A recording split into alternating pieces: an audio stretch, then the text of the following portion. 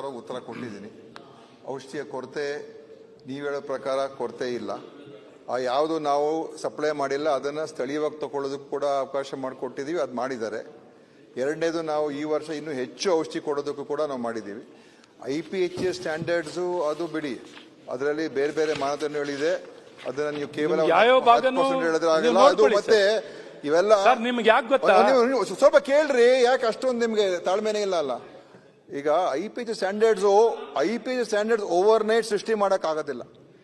It's a long term programme. ಇವತ್ತು ನಾವು ಅನೇಕ ಕಡೆ ಆ ಸ್ಟ್ಯಾಂಡರ್ಡ್ಸ್ ಅನ್ನ ಮುಟ್ತಕ್ಕಂಥದ್ದಕ್ಕೆ ಕ್ರಮಗಳು ತಗೊಳ್ತಾ ಇದ್ದೀವಿ. ಎಷ್ಟು ಜನಸಂಖ್ಯೆ, ಎಷ್ಟು ಪಾಪ್ಯುಲೇಷನ್, ಎಷ್ಟು ಬೆಡ್ಸ್ ಇದೆ, ಸೈಂಟಿಫಿಕ್ ಆಗಿ ಮಾಡ್ತಾ ಇದ್ದೀವಿ. ಸುಮ್ಮನೆ ನಾವು ಇಷ್ಟಾನುಸಾರ ಮಾಡಕ್ ಹೋಗ್ತಾ ಇಲ್ಲ. PHC ಇರ್ಬೋದು, ಈಗ ನೋಡಿ 11 ಕಡೆ CHC ಕೊಟ್ಟಿದ್ದೀವಿ. ನಾವೆಲ್ಲೂ ಕೂಡ ಕಾಂಗ್ರೆಸ್ BJP ಅಂತ ನೋಡಲಿಲ್ಲ. ಎಲ್ಲಿ ಬೇಡಿಕೆ ಅಲ್ಲಿ ಕೊಟ್ಟಿದ್ದೀವಿ. ಬಿಜೆಪಿಯ ಸದಸ್ಯಗಳ ಕ್ಷೇತ್ರಗಳ ನಾನು ತಾಲೂಕು ಆಸ್ಪತ್ರೆ ಕೊಟ್ಟಿದ್ದೀನಿ, CHC ಕೊಟ್ಟಿದ್ದೀನಿ, MCH ಕೊಟ್ಟಿದ್ದೀನಿ. ಸೊ ನಾವು ರಾಜಕೀಯ ಮಾಡ್ತಾ ಇಲ್ಲ ಇಲ್ಲಿ. ಆದ್ರಿಂದ ಮಾನ್ಯ ಸಭಾಧ್ಯಕ್ಷರೇ, ಅವ್ರು ಹೇಳಿ. ಆದ್ರೆ ಇಲ್ಲ, ನೀವ್ ಹೇಳಿದ್ರೆ ಏನೂ ಇಲ್ಲ, ಯಾವ ಸ್ಟ್ಯಾಂಡರ್ಡ್ ಇಲ್ಲ.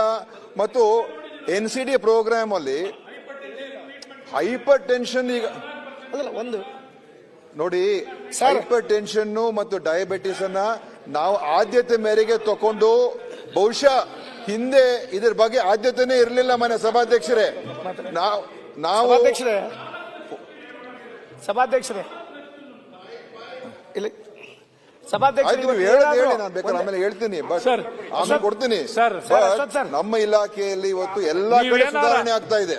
ಪ್ರತಿಯೊಂದು ವಿಚಾರದಲ್ಲೂ ಕೂಡ KSMSL ಸುಧಾರಣೆ ಆಗ್ತಾ ಇದೆ, ಟೆಂಡರ್ ಪ್ರೊಕ್ಯೂರ್ಮೆಂಟ್ ಸುಧಾರಣೆ ಆಗ್ತಾ ಇದೆ, ಟ್ರಾನ್ಸ್ಫರ್ಸ್ ಕೌನ್ಸಿಲಿಂಗ್ ಆಕ್ಟ್ ತಗೊಂಡ್ಬಂದಿದ್ದೀವಿ. ಈ ವರ್ಷ ಒಂದು ಸಿಂಗಲ್ ಟ್ರಾನ್ಸ್ಫರ್ ನಾವು ಯಾವ ರಾಜಕಾರಣಿ ಮುಖಾಂತರ, ನಾವು ಯಾವುದೇ ಶಿಫಾರಸ್ ಮುಖಾಂತರ ಮಾಡ್ತಾ ಇಲ್ಲ. ಟ್ರಾನ್ಸ್ಪರೆನ್ಸಿ ತರ್ತಾ ಇದ್ದೀವಿ. ಇದೆಲ್ಲ ನಿಮ್ ಕಾಲದಲ್ಲಿ ಒಂದಾದ್ರೂ ಮಾಡಿದ್ರ? ನಿಮ್ಮ ಹಗರಣಗಳೇ ಆಯ್ತು ಅಷ್ಟೇ ಹೊರತು ನಿಮ್ಮ ಆರೋಗ್ಯ ಇಲಾಖೆಯಲ್ಲಿ ಯಾವ ಒಂದು ಒಳ್ಳೆ ಕೆಲಸ ಮಾಡಲಿಲ್ಲ. ಇನ್ವೈಟ್ ಮಾಡ್ತಾ ಇದ್ದೀರಾ? ಇನ್ವೈಟಿಂಗ್ ನಾನು ಸ್ಟಾರ್ಟ್ ಮಾಡಲ್ಲ. ಸಭಾಧ್ಯಕ್ಷರೇ, ಇದುವರೆಗೂ ನಾನು ಮಾತಾಡಿದ ಯಾಕೆ ನೀವು ಹೇಳ್ತಿರ್ತೀರಾ.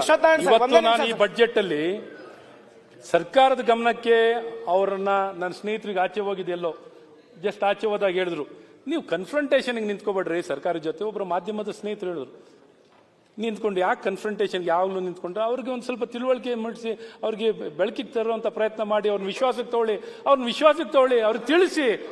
ನನಗೂ ಹೇಳಿದ್ರು, ಹಾಗಾಗಿ ನನ್ನ ಟರ್ನ್ ಆಗ್ಬಿಟ್ಟೆ ಇವತ್ತು. ಸೊ ನಾನು ಹೇಳಿದೆ, ಯಾಕೆ ನಿಮ್ಮನ್ನ ಸರ್ಕಾರನು ಬಹಳ ಗೌರವದಿಂದ ನೋಡ್ತಿದೆ. ನಾವು ಪಾಪ ಇಂಧನ ಸಚಿವ ಜೊತೆ ಕನ್ಫ್ರಂಟೇಷನ್ ಮಾಡ್ಕೊಂಡ್ರಿ, ಏನೋ ಬದಲಾವಣೆ ಆಗಿದೆ ಅನ್ಕೊಂಡಿದೀವಿ. ವಿರೋಧ ಪಕ್ಷ ನಾಯಕರಿಗೆ ಸಪೋರ್ಟ್ ಸಿಗ್ತದಾಗ ಬದಲಾವಣೆ ಇದೇ ನಿಮ್ದು ಅಹಂಕಾರದ ಮಾತುಗಳು ಬೇಡ ಸರ್. ಇದು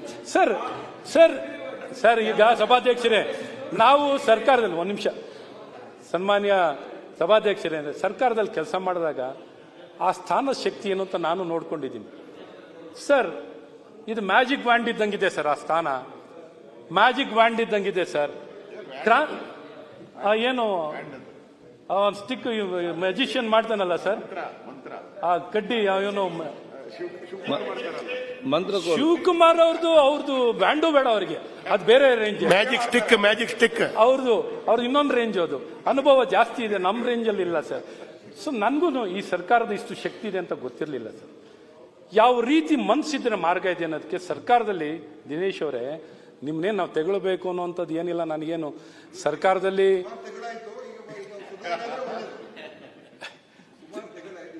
ಯಾಕೆಂದ್ರೆ ಆ ಬಾಣತಿಯರ್ ಸಾವಾಗಿದ್ದು ನಿಜಕ್ಕೂ ನಮಗೆ ಕಳ್ಕಿತ್ಕೊಂಡ್ ಬರ್ತಿತ್ತು ಸರ್. ಸತ್ಯ ಹೇಳ್ತಾ ಇದ್ದೀನಿ, ಇಟ್ ವಾಸ್ ಅವರ್ ಡ್ಯೂಟಿ. ಮುಂದೆ ಎಕ್ಸ್ಪ್ರೆಸ್ ಜವಾಬ್ದಾರಿಯಿಂದ ನಾವು ಹಿಂದೆ ಸರಿದಂತ ಆಗುತ್ತೆ. ನಮಗೆ ಆತ್ಮಸಾಕ್ಷಿ ಇಟ್ಕೊಂಡು ನಾವು ಹೋಗಿ ನಿದ್ದೆ ಮಾಡೋಕ್ಕಾಗಲ್ಲ ಸರ್. ಸತ್ಯ ಹೇಳ್ತಾ ಇದ್ದೀನಿ. ಇದ್ದೀರ ಹಿಂಗ ಆಗ್ತಿರ್ಲಿಲ್ಲ ಸರ್. ಇವರೊಬ್ಬರಿಗೆ ಮಾತ್ರ ಇಲ್ಲ ಮಾನ್ಯ ಸಭಾಧ್ಯಕ್ಷರೇ, ನಮ್ಗೆಲ್ರಿಗೂ ಇದೆ. ಅದೆಲ್ಲೂ ತೋರ್ಲಿಲ್ಲ ಸರ್. ನಾವೇ ತನಿಖೆ ಮಾಡಿಸಿದೀವಿ ಸರ್. ಎಲ್ಲೂ ತೋರ್ಲಿಲ್ಲ ಸರ್. ಎಲ್ಲಿ ಹೋಗ್ಲಿಲ್ಲ ಸರ್, ಕೆಲಸದಲ್ಲಿ ಬರ್ಲಿಲ್ಲ ಸರ್. ಆಯ್ತು, ಮಾಡಿದೀವಿ. ನಿಮ್ಮಲ್ಲಿ ಚಾಮರಾಜನಗರದಲ್ಲಿ ಮಕ್ಕಳು ಸತ್ತೋದ್ರಲ್ಲ, ಅವಾಗ ಏನ್ರಿ ಮಾಡಿದ್ರಿ ನೀವು? ಏನ್ ಮಾಡಿದ್ರಿ ನೀವು ಅವತ್ತು?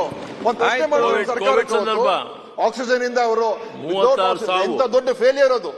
ಒಂದಾದ ದಿವಸ ನೀವು ಮಾತಾಡಿದ್ರ ಅದ್ರ ಬಗ್ಗೆ? ನಾವು ಸುಮ್ಮನೆ ಬಂದು ಪ್ರತಿಯೊಂದು ಉಪದೇಶ ಹಂತದಲ್ಲೂ ಮಾಡೋದು. ಓ, ದಿನೇಶ್ ನನ್ಗೆ ಅವರೇ, ಬಹಳ ನೋವಾಗ್ತಾ ಇದೆ. ನೀವು ಅವತ್ತು ನಿಮ್ಗೆ ನಿಮ್ಮ ನೈತಿಕತೆ KC ಜನರಲ್ ಇದ್ದಿದ್ರೆ ಹಾಸ್ಪಿಟಲಲ್ಲಿ ಸರ್ಕಾರ ಕೇಳಬೇಕಾಗಿತ್ತು. KC ಜನರಲ್ ಈ ಹಾಸ್ಪಿಟಲ್ ನಾಟಕ ಬೇಡ ಉದಾಹರಣೆ ತಗೊಳ್ಳ. ಅಶ್ವತ್ಥನಾರಾಯಣ ಅವರೇ, ನಾಟಕ ಬೇಡ. ಮಂತ್ರಿ ನಿಜವಾಗ್ಲೂ ಇದ್ರಲ್ಲಿ ಕೂಡ ನೀವು ಯಾಕೆ ಅವ್ರು ಹೇಳೋ ಪಾಲಿಸಿ ವರ್ಕ್ ಆಗ್ತಿಲ್ಲ ಅನ್ಸುತ್ತೆ ನನಗೆ. ಮನುಷ್ಯತ್ವ ಇದ್ದಿದ್ರೆ ಬರೀ ಡ್ರಾಮಾ ಮಾಡ್ತಕ್ಕಂತ ಒಂದು ಶಾಸಕರಾಗಬೇಡಿ. ಯಾಕೋ ಹೇಳಿ, ನಿಮ್ ಫಾರ್ಮುಲಾನೇ ವರ್ಕ್ ಆಗುತ್ತೆ ಅನ್ಸುತ್ತೆ ಡೆಪ್ಟಿ ಸಿಎಂ ಅವರೇ. ನಿಮ್ ಫಾರ್ಮುಲಾನೇ ಸರಿ ಇದೆ ಅನ್ಸುತ್ತೆ. ಯಾಕೋ ನಮ್ ಒರಿಜಿನಲ್ ಅಲ್ವಾ ನಿಮ್ಗೆ ಹಾರ್ಟ್ ಇದೆಯಾ? ಈಗ ಸಮಯ ಆಯ್ತು, ಮುಂದೆ ಈಗ ಮುಗಿಸಿ. ನಮ್ಮ ಆರೋಗ್ಯ ಸಚಿವರಿಗೆ ನಾಟಕನ ಇದು ಆಯ್ತು. ಇವ್ರಿಗಂತೂ ನಾಟಕ ಮಾಡಿ ಏನಾರ ಆಗ್ಲಿ ದೇಶ ನಿದ್ದೆ ಮಾಡ್ತಾರೆ. ಇಲ್ಲಿ ಜವಾಬ್ದಾರಿತ್ವದವ್ರು ಯಾರು ಈ ಆರೋಗ್ಯ ಸಚಿವರಾಗಿದ್ದವರು ಈ ಪರಿಸ್ಥಿತಿಯಲ್ಲಿ ಅಶ್ವತ್ಥ್ ಅವ್ರು ವೆರಿ ಸಿಂಪಲ್. ನೀವು ಹೇಳ್ತಾ ಇದ್ರು ಅವರು ಹೆಲ್ತ್ ಮಿನಿಸ್ಟರ್ ಇದ್ರೆ, ನೀವು ಹೆಲ್ತ್ ಮಿನಿಸ್ಟರ್ ಇದ್ರಿ, ಇವರು ಹೆಲ್ತ್ ನಾನು ಆಗಿರ್ಲಿಲ್ಲ ಸರ್. ಕನೆಕ್ಟೆಡ್ ಟು ಹೆಲ್ತ್ ಅಲ್ಲ, ಅವರು ಡಾಕ್ಟರ್ ಅನ್ಸ್ಕೊಂಡಿದ್ದಾರೆ. ಡಾಕ್ಟರ್ MBBS ಬೇರೆ ಡಾಕ್ಟರ್ MBBS ಆಮೇಲೆ ಇವರು ಇನ್ ಪ್ಯಾರಾಮೆಡಿಕಲ್, ನಿಮ್ಗೆಲ್ಲ ಗೊತ್ತಿದೆ. ಅವ್ರದ್ದು ಇಷ್ಟೇ ಅಂದ್ರೆ, ನೀವು ಮಾನವೀಯತೆ ಬಗ್ಗೆ ಮಾತಾಡ್ತಾ ಇದ್ದಾರೆ, ಅವರು ಮಾನವೀಯತೆ ಬಗ್ಗೆ. ಅವ್ರು ಜಸ್ಟ್ ಸಿಂಪಲ್ ಪ್ರಶ್ನೆ. ನೀವು ನಿಮ್ಮ ಆಸ್ ಎನ್ ಅಪೋಸಿಷನ್ ಪಾರ್ಟಿ ಅವ್ರನ್ನ ತಿದ್ದುವಂಥದ್ದು ಒಳ್ಳೆಯ ಕೆಲಸ, ತಿದ್ದಿ, no problem. At the same time ಅವ್ರು ಜಸ್ಟ್ ಇಷ್ಟೇ ನೀವೆಲ್ಲ ಹೇಳ್ತಾ ಇದ್ ಮಾನವೀಯತೆ, ನಾನು ಹಂಗಾಯ್ತು ಹಿಂಗಾಯ್ತು ಅಂತ, ಅದೇ 8 ಜನ ಬಾಂಡ್ ತಿರ್ಸತ್ರು 20 ಸತ್ರು ಅಂತ ಆತ್ಮಸಾಕ್ಷಿ ಇದ್ರೆ ರಾಜೀನಾಮೆ ಕೊಡಬೇಕಿತ್ತು ಅಂತ ಅಷ್ಟೇ ಅಂತ ನೀವು ಹೇಳಿದ್ರಲ್ಲ. ನೀವು ಸರ್ಕಾರದಲ್ಲಿ ಅವರು ರಿಮೆಂಬರ್ ಏನ್ ನಿಮ್ ನೆನ್ಪು ಮಾಡಿದ್ರು ಅಂತ ಅಂದ್ರೆ, ಚಾಮರಾಜನಗರದಲ್ಲಿ 36 ಜನ ಸತ್ರು, ನಿಮ್ ಡಿಸ್ಟ್ರಿಕ್ಟ್ ಮಿನಿಸ್ಟರ್ ಹೋಗ್ಲಿಲ್ಲ, ನೀವು ಹೋಗ್ಲಿಲ್ಲ, ಯಾರು ಹೋಗ್ಲಿಲ್ಲ, ಅವ್ರು ಒಂಚೂರು ಸಹಾಯನೂ ಮಾಡ್ಲಿಲ್ಲ.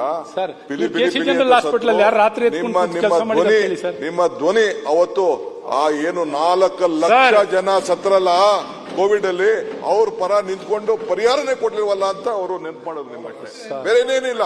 They are reminded you, that's all. ಎಣದಲ್ಲಿ ಹಣ ಮಾಡಿದ್ರಲ್ಲ ಅಂತ ನಿಮ್ಗೆ ನೆನ್ಪು ಮಾಡಿದ್ರು. ಅದು ಎಕ್ಸ್ಪರ್ಟ್ಗಳು ನೀವು ಸರ್. ಎಣದೂ ಬಿಡಲ್ಲ, ಧೂಳ್ನು ಬಿಡಲ್ಲ ಸರ್. ಅಲ್ಲೂ ವರ್ಕೌಟ್ ಮಾಡ್ಕೋತೀರಾ. ಒಂದು ಸಭಾಧ್ಯಕ್ಷರೇ, ನಾವ್ ಹೇಳಿದ್ವೇನ್ರಿ? ತೇಜಸ್ವಿನಿ ಸೂರ್ಯ ಹೇಳ್ದ, ಮತ್ತು ನಮ್ಮ MLA ಯಾರು ಸತೀಶ್ ರೆಡ್ಡಿ ಬೆಡ್ ಬ್ಲಾಕಿಂಗ್ ಯಾರು ಹೇಳಿದ್ರೆ? ಅಧ್ಯಕ್ಷ ತಮಗೂ ಗೊತ್ತು, ತಾವು ಆ ಕಡೆ ಇದ್ರಲ್ಲ. ಈಗ ಬಾಂಡ್ತಿಯರ್ ಸಾವು ಬಗ್ಗೆ ನಿಮ್ಮಲ್ಲಿ ಏನಾರು ಒಂದು ಮಾತು ಬರ್ತಾ ಸಾಮಾನ್ಯ ಉಪಮುಖ್ಯಮಂತ್ರಿಗಳೇ? ಬಾಂಡ್ತಿಯರ್ ಸಾವು ಆಯ್ತು, ಗವರ್ಮೆಂಟ್ ತಡಿತೀವಿ, ಸಾವಿಗಾರ ಪೋಸ್ಟ್ ಮಾರ್ಟಮ್ ಮಾಡಿದ್ದೀರಾ? ಎಷ್ಟಾಗ್ತಿದೆ ಗೊತ್ತಾ? ಆಗಲ್ಲ ಬಿಡಿ, ಪೊಲಿಟಿಕಲ್ ಭಾಷಣ ಪೊಲಿಟಿಕಲ್ ಅಲ್ಲ ನಿಮಗಂತ. ಪೊಲಿಟಿಕಲ್ ಎಲೆಕ್ಷನ್ ಇಲ್ಲ ಯಾವುದು ನನಗೆ. ಎಲೆಕ್ಷನ್ 3 ವರ್ಷದ ನಂತರ ಇದೆ.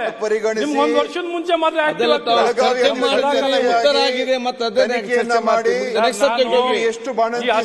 ಅದ್ರ ಬಗ್ಗೆನೂ ಕೂಡ ಸಭಾಧ್ಯಕ್ಷರೇ ಮಾತಾಡ್ತಿದ್ದಾರೆ. ನಿರ್ದಿಷ್ಟವಾಗಿ ಬಜೆಟ್ ಸ್ಪೀಚ್ ಹಾಕಿದೀವಿ. 360 ಕೋಟಿ ರೂಪಾಯಿ ಆಕ್ಸಿಜನ್ ಕೊರತೆ ಪ್ರತಿನಿತ್ಯ ಸಾಯಿಸ್ತಿದಾರಲ್ಲ. ಇವತ್ತು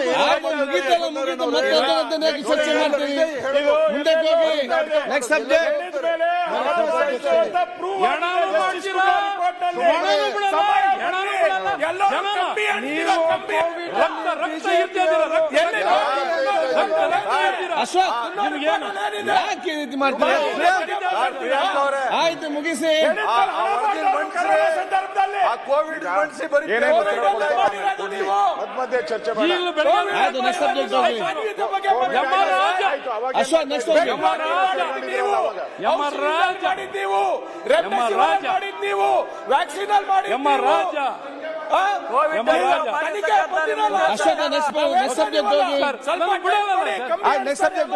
ಮೊನ್ನೆ ಅಧ್ಯಕ್ಷ ಸುಮ್ಮನೆ ಸದನದ ಕಾಲಹರಣ ಮಾಡೋದು, ಪ್ರಚೋದನಕಾರಿಯಾಗಿ ಮಾತಾಡೋದು ಇದು ಸರಿಯಲ್ಲ.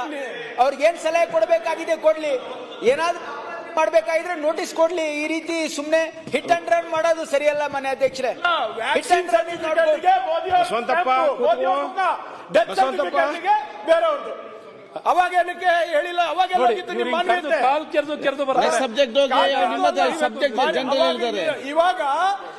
ಇವಾಗ ಏನೋ ಒಂದು ಆಗಿದೆ ಅಂತ ನಿಮಗೆ ನೇರವಾಗಿ ಅವಾಗಲ್ಲಿ ಹೋಗಿದ್ರಿ, ಏನಾದ್ರು ನಿಮ್ಮ ಜವಾಬ್ದಾರಿ ಮಾನ್ಯತೆ. ಇದ್ರೆ ನಿಮ್ ಸರ್ಕಾರಕ್ಕಿದೆ ಒಬ್ಬರನ್ನ ರಾಜೀನಾಮೆ ಕೇಳಿದ್ರ? ನಿಮ್ ಸರ್ಕಾರಕ್ಕಿದೆ, ಇನ್ನ ನಿಮ್ಮ ಪುರಸ್ಕಾರ ಆರೋಗ್ಯ ಸಚಿವರಿಗಿದೆ ಮಾಡಿದ್ದೀರಾ? ಜವಾಬ್ದಾರಿ. ಆಯ್ತು. ಅವ್ರಿಗೆಲ್ಲ ಪುರಸ್ಕಾರ ಹೆಣ್ಣು ಮಕ್ಕಳು ಮಾಡಿದ್ದೀರಾ? ಆಕ್ಸಿಜನ್ ಅಲ್ಲಿ ದುಡ್ಡು ಮಾಡಿದ್ರಿ. ಆಯ್ತು, ಈಗ ನೆಕ್ಸ್ಟ್ ಸಬ್ಜೆಕ್ಟ್ ಹೋಗಿ.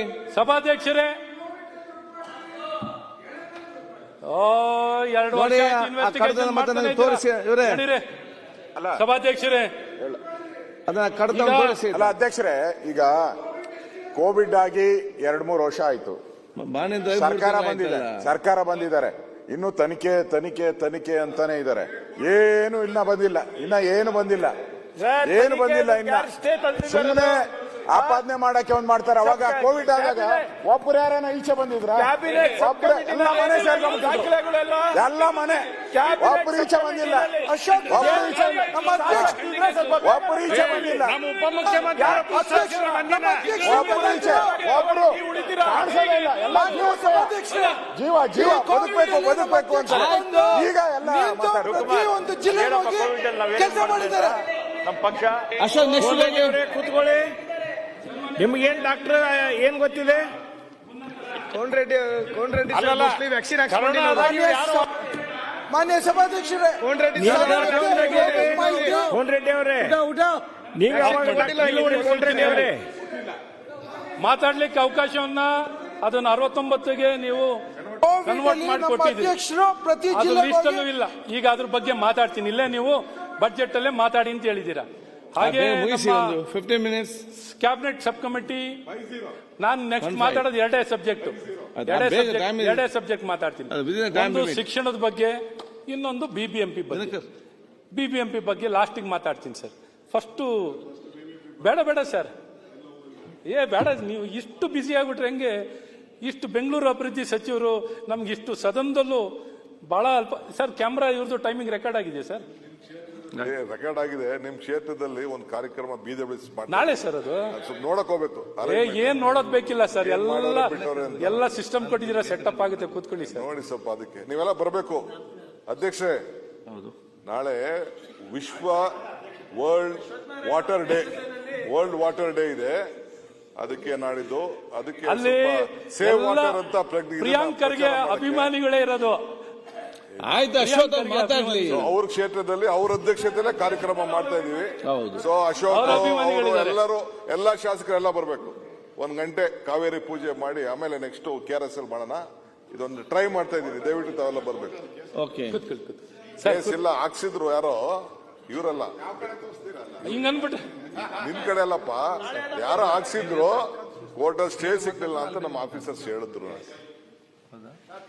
ನಿಮ್ಮ ಹತ್ರ ಯಾರ ಸ್ಟೇ ತೊಳ್ತಾರ ಸರ್? ಯಾರ ಕೈನೆಲ್ಲ ಆಗುತ್ತೆ ಸರ್. ಸಭಾಧ್ಯಕ್ಷರೇ, ಏನು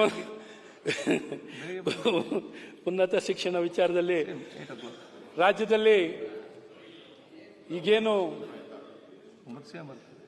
ವಿಶ್ವವಿದ್ಯಾನಿಲಯಗಳು ಮತ್ತು ವಿಶೇಷವಾಗಿ 21ನೇ ಶತಮಾನ ವಿಶೇಷವಾಗಿ ಅಶ್ವಥ್ ಅವರು 2 ಜನ ಮಾತಾಡ್ಲಿಕ್ಕೆ ಸ್ವಲ್ಪ ಬೇಗ ಮುಗಿಸಿ.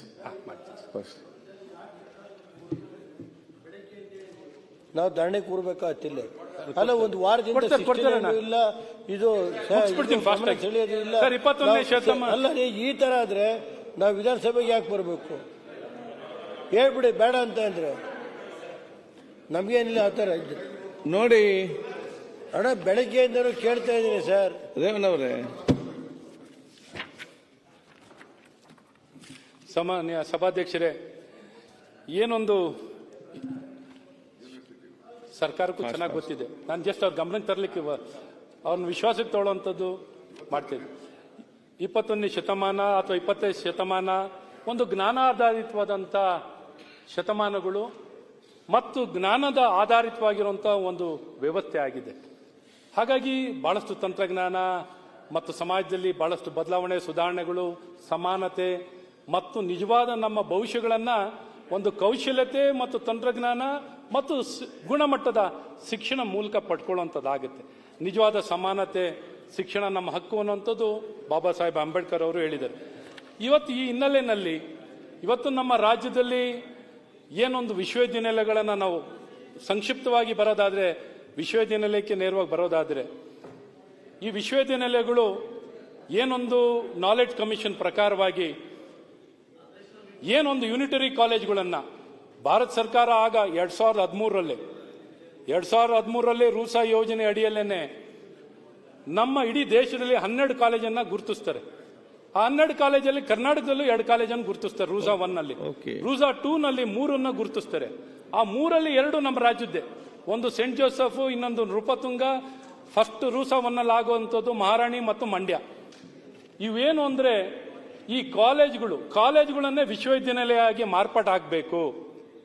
ಕನಿಷ್ಠ 2,000 ವಿದ್ಯಾರ್ಥಿಗಳಿದ್ರು ಒಂದು ಗುಣಮಟ್ಟದ ಶಿಕ್ಷಣವನ್ನು ಕೊಡಬೇಕು, ಉನ್ನತ ಮಟ್ಟದ ಗುಣಮಟ್ಟದ ಸಂಸ್ಥೆಗಳನ್ನು ನಿರ್ಮಾಣ ಮಾಡಬೇಕು ಅನ್ನೋಂಥ ದೃಷ್ಟಿಯಲ್ಲಿ ಏನೊಂದು ಕೇಂದ್ರ ಸರ್ಕಾರದ ಶಿಕ್ಷಣ ಇಲಾಖೆ ಮತ್ತು UGC ಎಲ್ಲ ನಿಯಮ ಪ್ರಕಾರವಾಗಿ ರಾಜ್ಯ ಸರ್ಕಾರ ಮತ್ತು ಕೇಂದ್ರ ಸರ್ಕಾರ ಒಂದು MOU ಸೈನ್ ಮಾಡ್ತಾರೆ.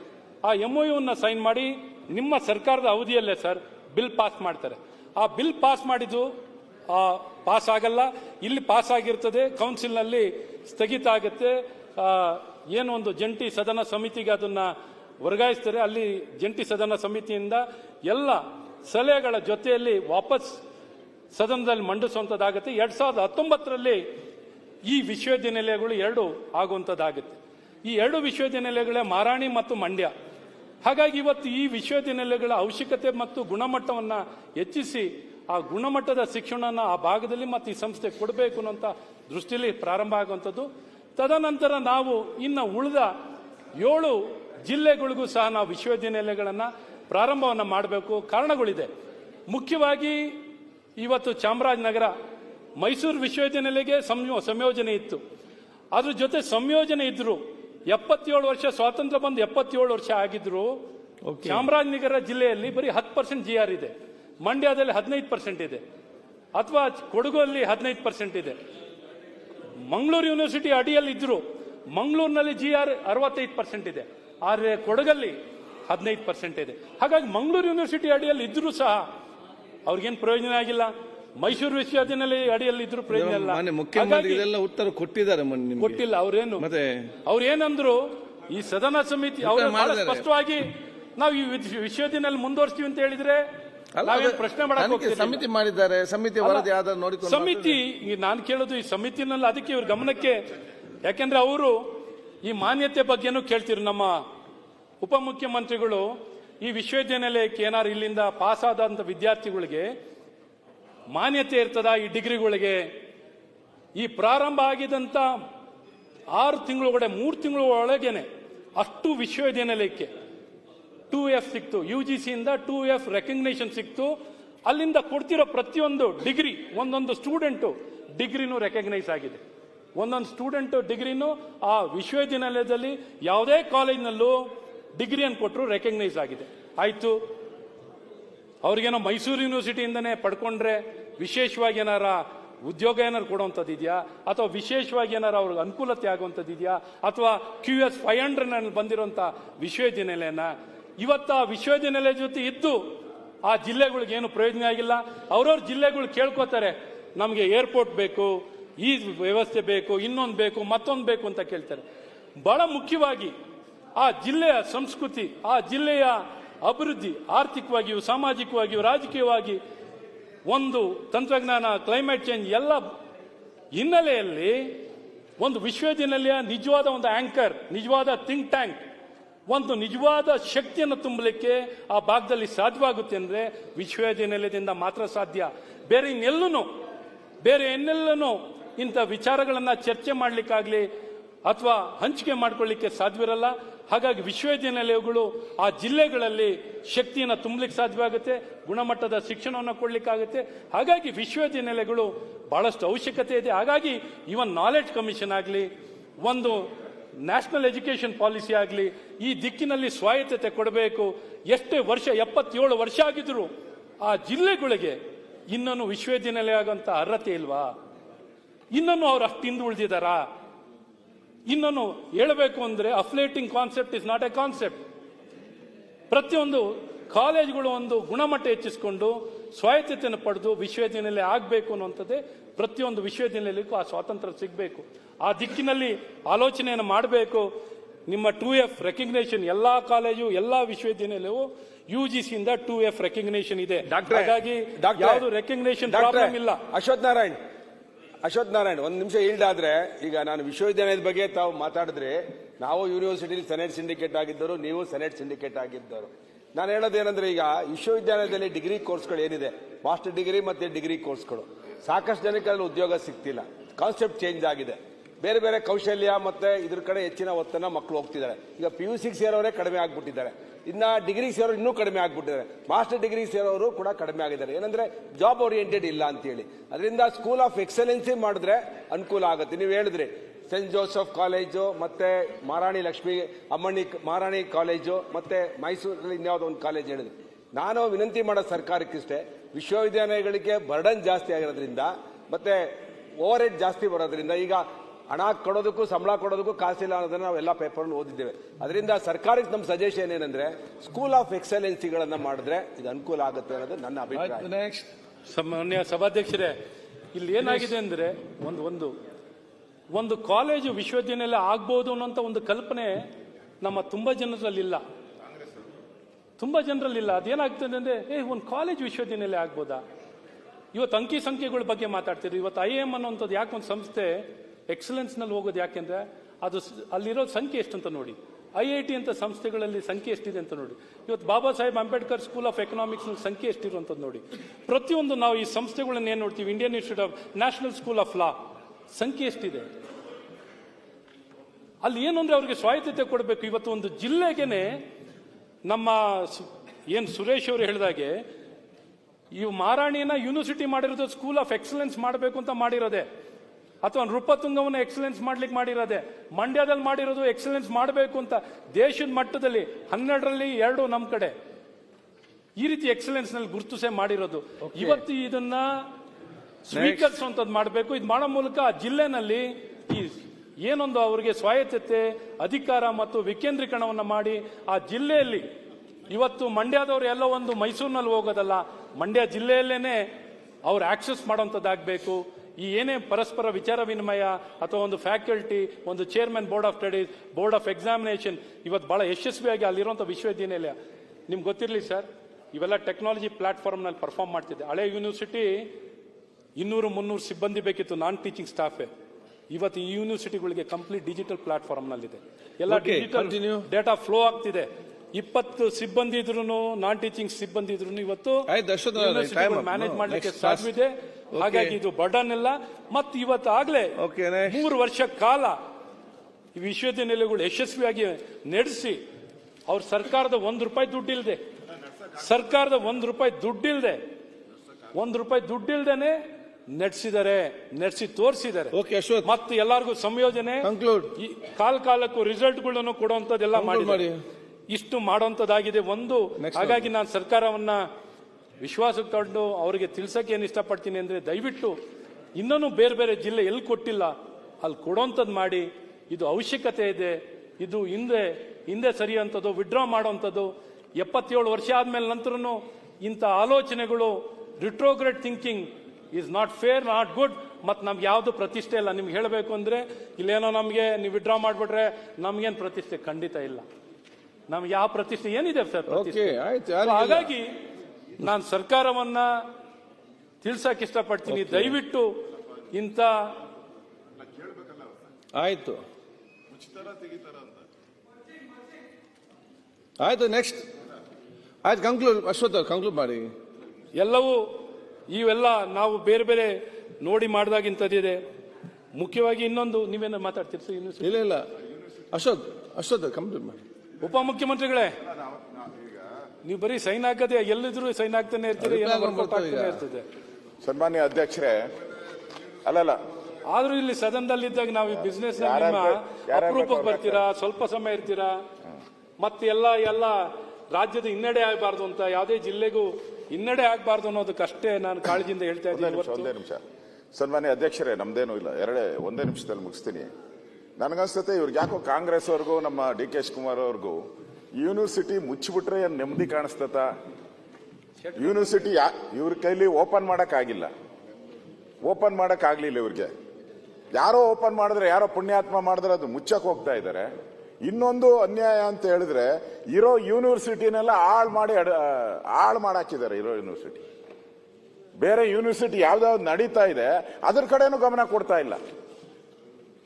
ಅಲ್ಲೂ ಕೂಡ ಈಗ ಮೈಸೂರು ಮುಕ್ತ ಯೂನಿವರ್ಸಿಟಿ ಇದೆ ಅಧ್ಯಕ್ಷರೇ, 1200 ಜನ ಕೆಲಸ ಮಾಡ್ತಾರೆ. 1200 ಕೋಟಿ ಅಲ್ಲಿದ್ದು ಡಿಪಾಸಿಟ್, ನಾನು ಹೇಳ್ತಾ ಇರೋದು 1200 ಕೋಟಿ ಡಿಪಾಸಿಟ್ ಇತ್ತು ಅಲ್ಲಿ.